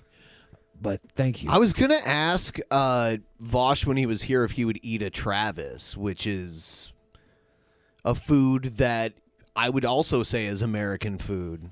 You know what? This is in New Mexico. All the hot air balloons. Yeah. This is where you get the Travis, which is when we went to eat at Grandma's K&I Diner in Albuquerque. Yeah, the challenge here is to eat a giant burrito buried under a mountain of French fries. It's a burrito. That's a lot of food. Covered in French fries, my friend. That's a burrito. Could you do it? That's like 10 in meals your for me prime. right Yeah, I Are could you have eaten past your this. prime? Could you never do it again? I never want to do it again. Okay. You don't want to do it. Could you though? When I relapsed this summer during COVID, when I relapsed and started eating gross, I literally at 6:30 a.m. couldn't sleep, was up all night. 6:30 a.m. I pulled up to Wendy's breakfast drive-thru.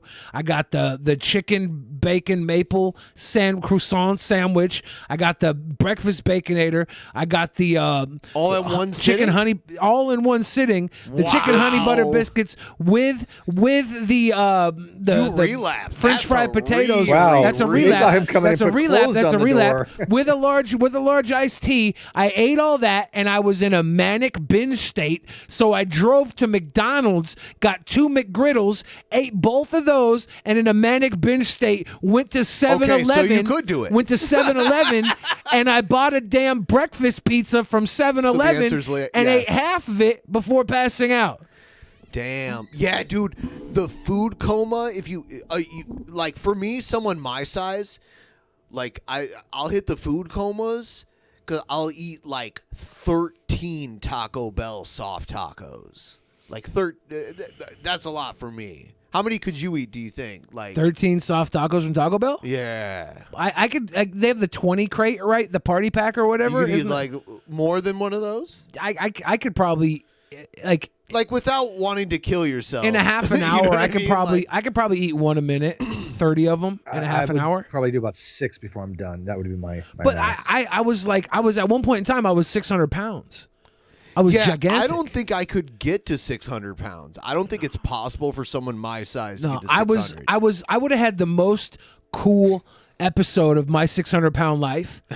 Like I realized that, like when I was at like 600 pounds, I was traveling across America in an RV, living the rock star road life, doing all sorts of weird stuff. That is at 600 pounds. Most people can't get out of their bed in their house at living 600 the pounds. rock star life minus playing the big shows in front of thousands of people. Do you feel the difference though? I it mean, was as far on as like public walking around. access Yeah, in LA or whatever.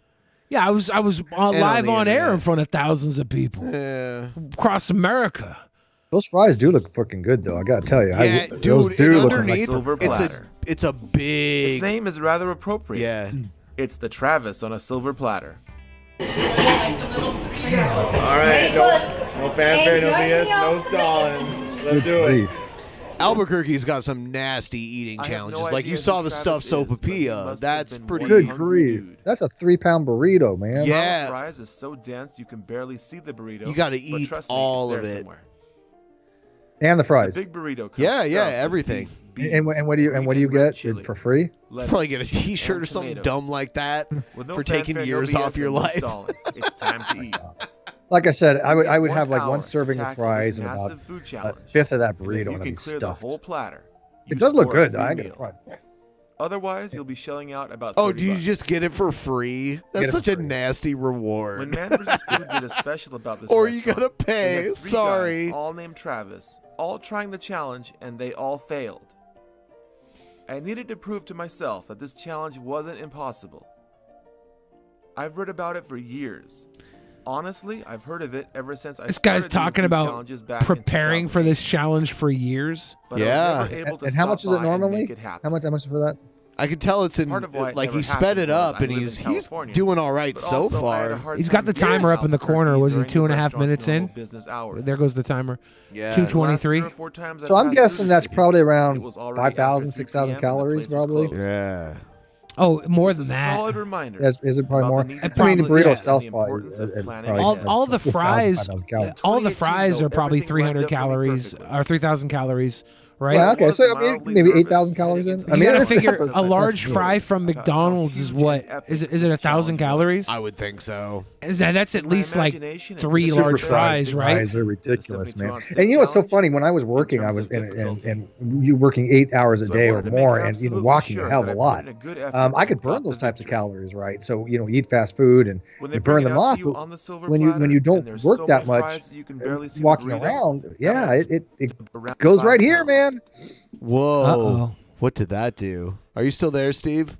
Yeah, that was me on my belly. Hold on. Screwed hold up on. Hold on. Steve's microphone. Give me just.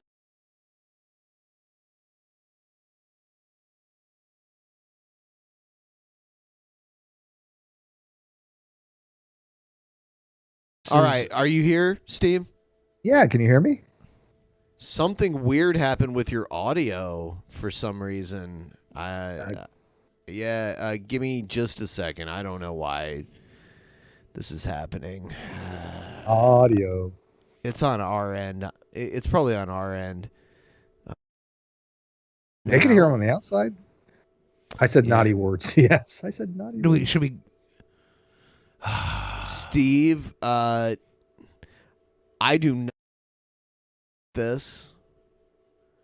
Testing audio. It's awful. It's awful. Want me to rejoin the call? Yeah, Steve, thanks for being on. I don't know how to fix this. We might have to just say goodnight to Steve. Say goodnight to Steve. Yes, Steve, thank you. Go check out Steve. Go to check out like he does. There's got to be a link in the description, right? I don't have it in there right now. We'll figure it out. Steve, type your link in the chat, and everybody will go follow over there. Personally, want to thank you for being here tonight. That was very wonderful conversation. It sounds fine to the audience. It's only to us that it sounds messed so up. you could say whatever you want to the audience. Yeah, go ahead. Ben and I will just suffer. Your stuff. All right. I don't know what the hell happened on their end. But anyways, guys, thanks. This was amazing. I love you guys. To the live chat, I put my link in the video channel. Again, we have a show on Mondays, and we're doing amazing things with various people that come on, and we talk about science, we talk about math, we talk about philosophy. So come on and check it out. But yeah, I'm going to bow out anyways. It is getting late. I am tired. Go do your thing. Peace out, people, and see you guys next time. Right. Steve, thank you again. Have a good night. Is he off? I think so, yeah. All right. Oh, Jack Nicholson says, hell yeah, Billy, would you sign my Judge promo Doran? I'll donate one to you for your trouble. Oh, yeah. You got a Twitter or something you can hit me up at? We can talk about it. I used to have the state champs promo Doran the Siege Tower. Full art. Honestly, Steve could have just said anything a second ago, and we would have not have known. He might have listed off all the ways he was like Hitler, and they were way worse than mine. It sounded like total we couldn't hear anything that was said. Yeah. So Steve could be like, that Billy, he's really a big piece of beep beep beep beep beep. Yep.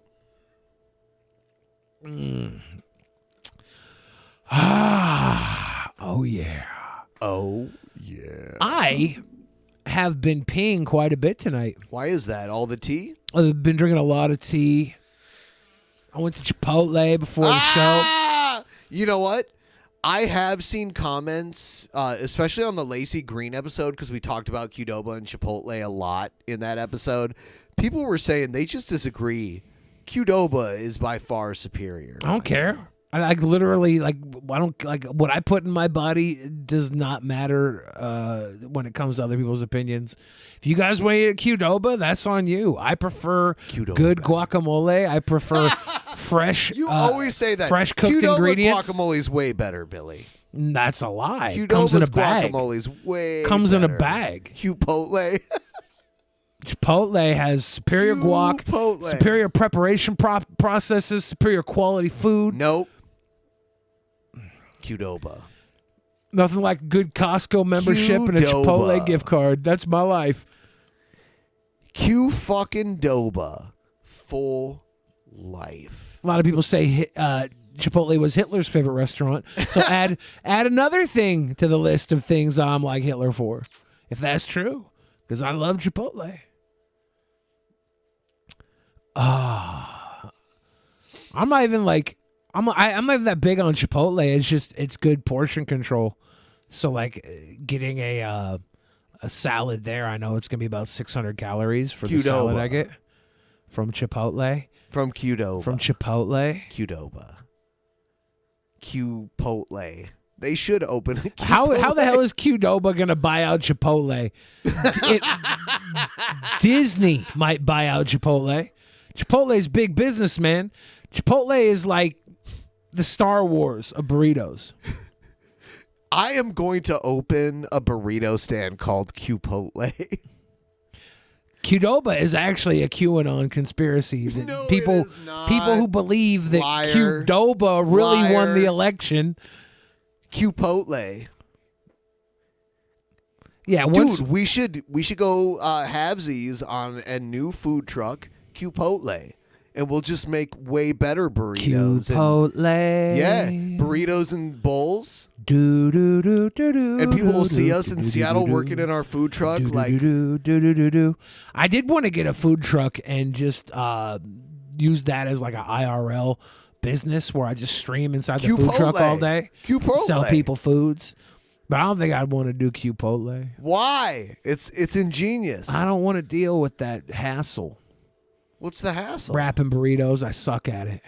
You can make the bowls, and we'll get someone else to wrap the burritos. I could probably learn how to wrap a burrito pretty good after 100 burritos, but I don't want to do it. I don't want to wrap 100 burritos. You can train. I don't have it in my heart to wrap We 100. can hire an expert burrito wrapper to train. I don't you to have be an it in expert my burrito heart to wrapper. wrap 100 shitty burritos just to wrap one good one, you know? You'll I have can't- to eat the I can't- remains after you wrap the shitty burrito. I can't. What's the point of eating a shitty burrito? Might as well have a fucking slop taco. Just do it. Not me. You've eaten plenty of slop tacos Not and me. enjoyed them, you liar. Yeah, I might as well eat a slop taco. Don't want to call it a burrito. Do it. I thought about opening a food truck that was donuts and gravy, like biscuits and gravy, but with donuts. Dude, that would be content. You rolling shitty burritos until you roll that first perfect burrito. People want to watch this shit. People are going off in the chat talking about it right now. We could open Qpotle. If you guys want to, start invest in a taco truck, I'll find a way to make a crypto invest situation. Qpotle. You guys can all send your crypto into my Qdoba truck or whatever Chipotle. Qpotle. Whatever truck I decide. You can send your and you could all be part owners. We'll figure out a way to divvy it up. I don't know how to do these things. I'm sure it has can we make an NFT for a taco truck? How's this work? I don't get it. I'm old. It will only accept Dogecoin. What if we Chosen says, Ben, I just had a great idea. What if we combine Chipotle and Qdoba and call it Qpotle? Now that's a good idea. We already talked about that. See, Ben, some people still have good ideas. Oh. Can we do that?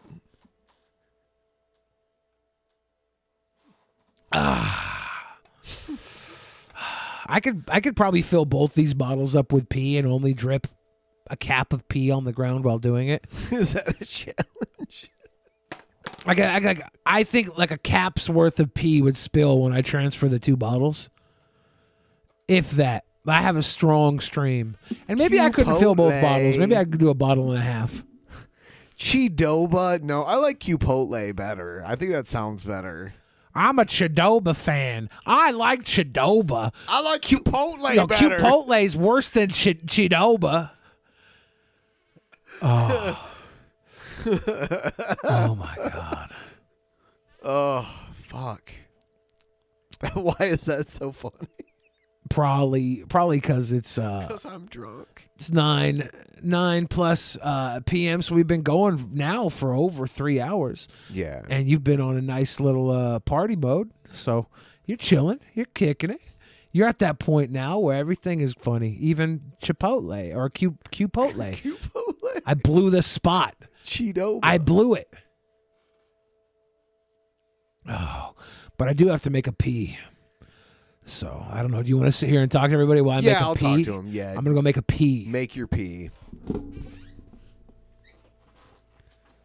Let's play a cool intro really quick here while Billy goes and makes a pee. We'll switch scenes here.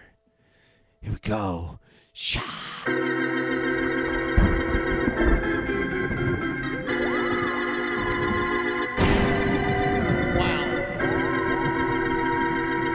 I should turn off that goddamn internet. Oh, don't touch me. Don't touch me. TP, are they going to touch me?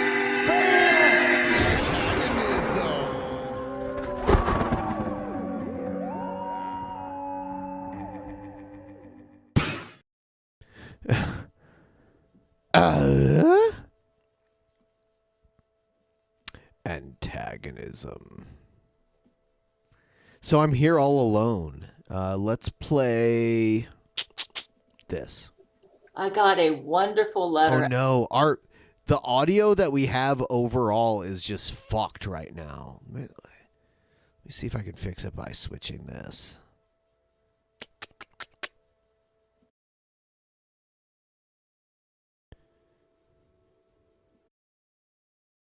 At my P.O. There we box go. today, and I wanted to read it. I mean, yesterday, actually. And my eyes are really red. I've been battling a headache yesterday. I'm going to be going into what I think Lori McBride is up to. But let me go ahead and read this letter. Dear Gail, I wanted to drop you a note to say that I have been following you on YouTube for the last several years while pursuing a STEM PhD. Long story short, I encountered a number of family hardships along the way, and they made pursuing a rigorous See how degree she has all her the Tosh.0 shirt on? She was actually a guest on Tosh.0 and featured on there multiple times. And a guest here on our show, too. She's a sweet lady. She has some interesting views, but she's a very sweet, nice lady and very entertaining, very well-spoken. The way she reads her stories are very compelling. more grueling. Watching your videos and seeing your unflagging ability to overcome adversity truly helped give me the strength to see my studies to their conclusion. Excuse the way I look, but Lori is dropping bombs or something. I don't know. Hold on. News. This is kind of like Laura. I'll tell you, this is kind of like a different subject. But I think it's appropriate that I got a letter from a scientist. He's obviously a scientist. I believe we have an emergency, folks. I've been trying to figure out what Lori McBride and Satan are up to. Oh. As many of you are aware, Lori McBride has a cum star out there in deep space.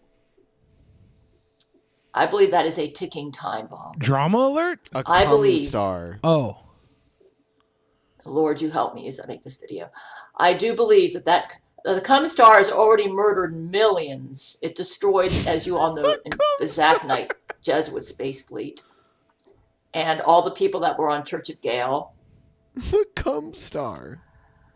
The only people who survived were the top men on my ex-marriage list. That would be like Matthew McConaughey, Hugh Jackman, Gerard Butler, Brent Spiner, Terrence Jenkins, Keanu Reeves, Edward, and some others who were on Earth and not on the space fleet at the time, which, interestingly, were all the people that I had interacted with on Church of Gale. Zach Knight, Rule 13, they all survived, but it was a close call.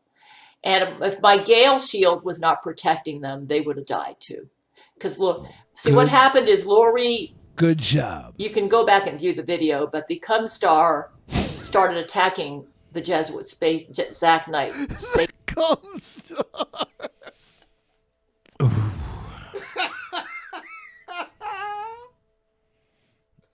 Oh my God. Oh. Space fleet. And my men decided to send a anti-seaman missile.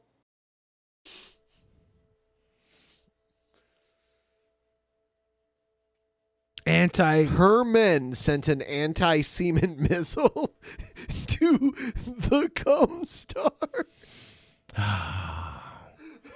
To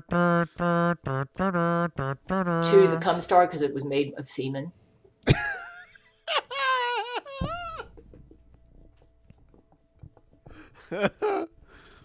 Oh God. I don't even. We should probably save this for the next show. I'm thinking, right? Probably, yeah. Oh my God. It's too good. It's too good. We need to get Gail on. I was just talking to Zach the other day. We need to get Gail back on. Nice. Yeah. This is Gail Cord Schuler, for those of you that aren't familiar. Yeah.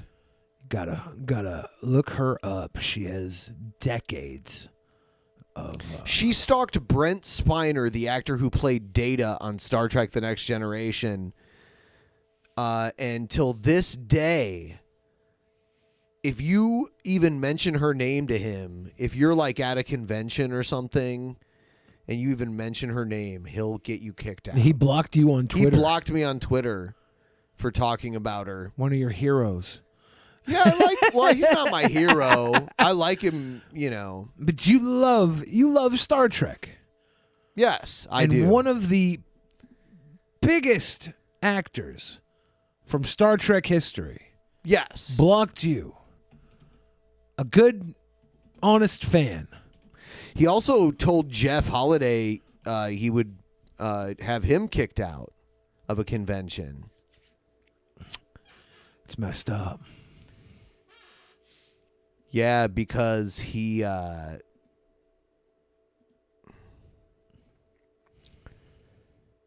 was like, if you even... Well, Jeff was like, hey, will you sign my Gale book? He was like, no.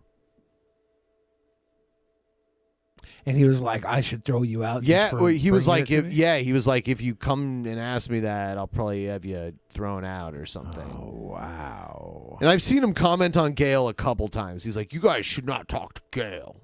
Yeah. Here's a thing where he gets asked. I'm too drunk to speak about Gale. Along with stardom comes a lot of attention. Hold on, no, that was not downloaded properly. Hold on.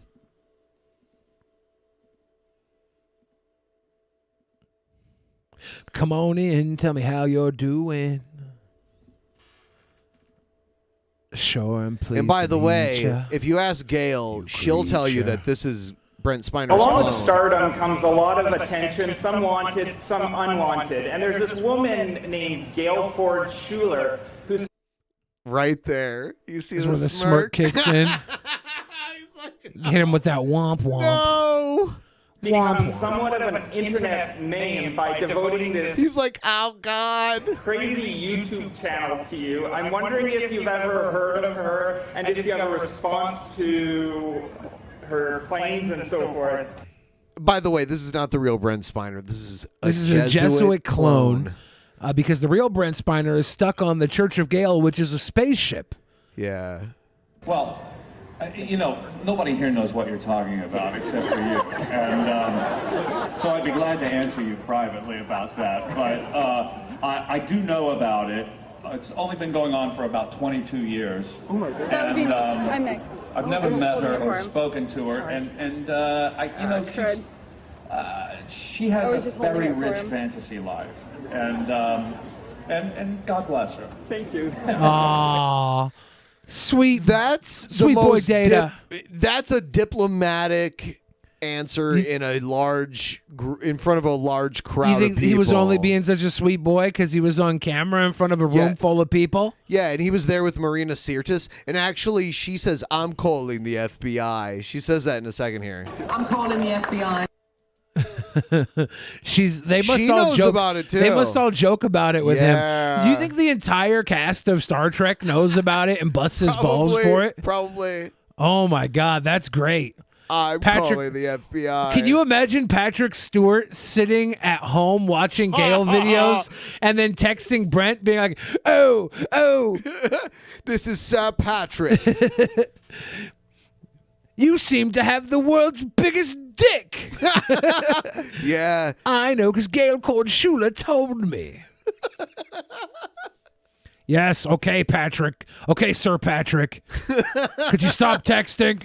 Yeah. Dana just gets busted on by everybody. Everyone at Church of Gale, too. Oh, wow. Suppose that's true. Wow. Yeah. Yeah, in the Gail Cord Schuler stories, Brent has like an arm's length dick, basically. Yeah, could make a horse cry. Yeah. Oh, all right. I see we don't have... we have a few people who are not familiar with Gale. I have to show you one more thing, and then we're going to call it a night. The last ditch effort of some Gail Cord Schuler content before we shuffle loose the mortal coil.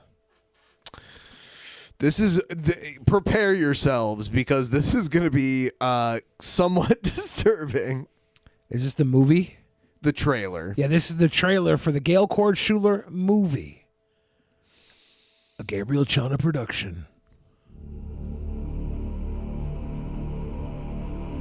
Thanks. Cheers to a fistful of datas. What a long day wore out.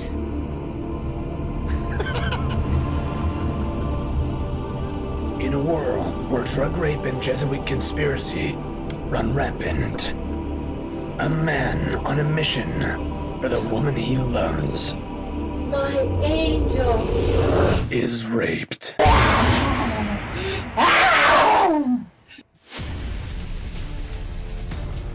Director Gail Cord Schuler. With producer Gail Cord I don't know Schuler. how, but she managed to ride up and down all 18 inches of my erect penis. A Gabrielle Chana film. Steven Spielberg raves it's the most impressive expose of Brent Spiner's rape ever made.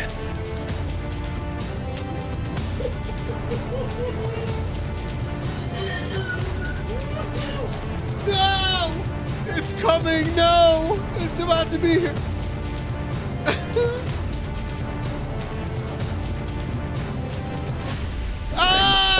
Oh!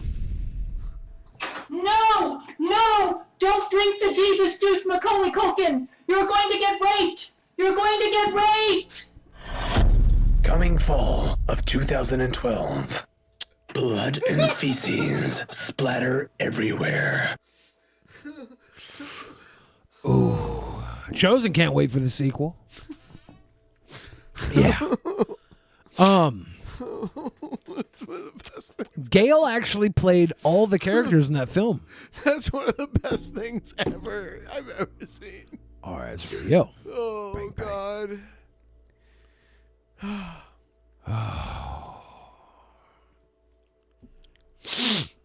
Oh, God. Blood and feces splatter everywhere. Yeah, I've watched this so many times that I knew exactly when to cover my eyes. Oh, God. I'm allergic to it.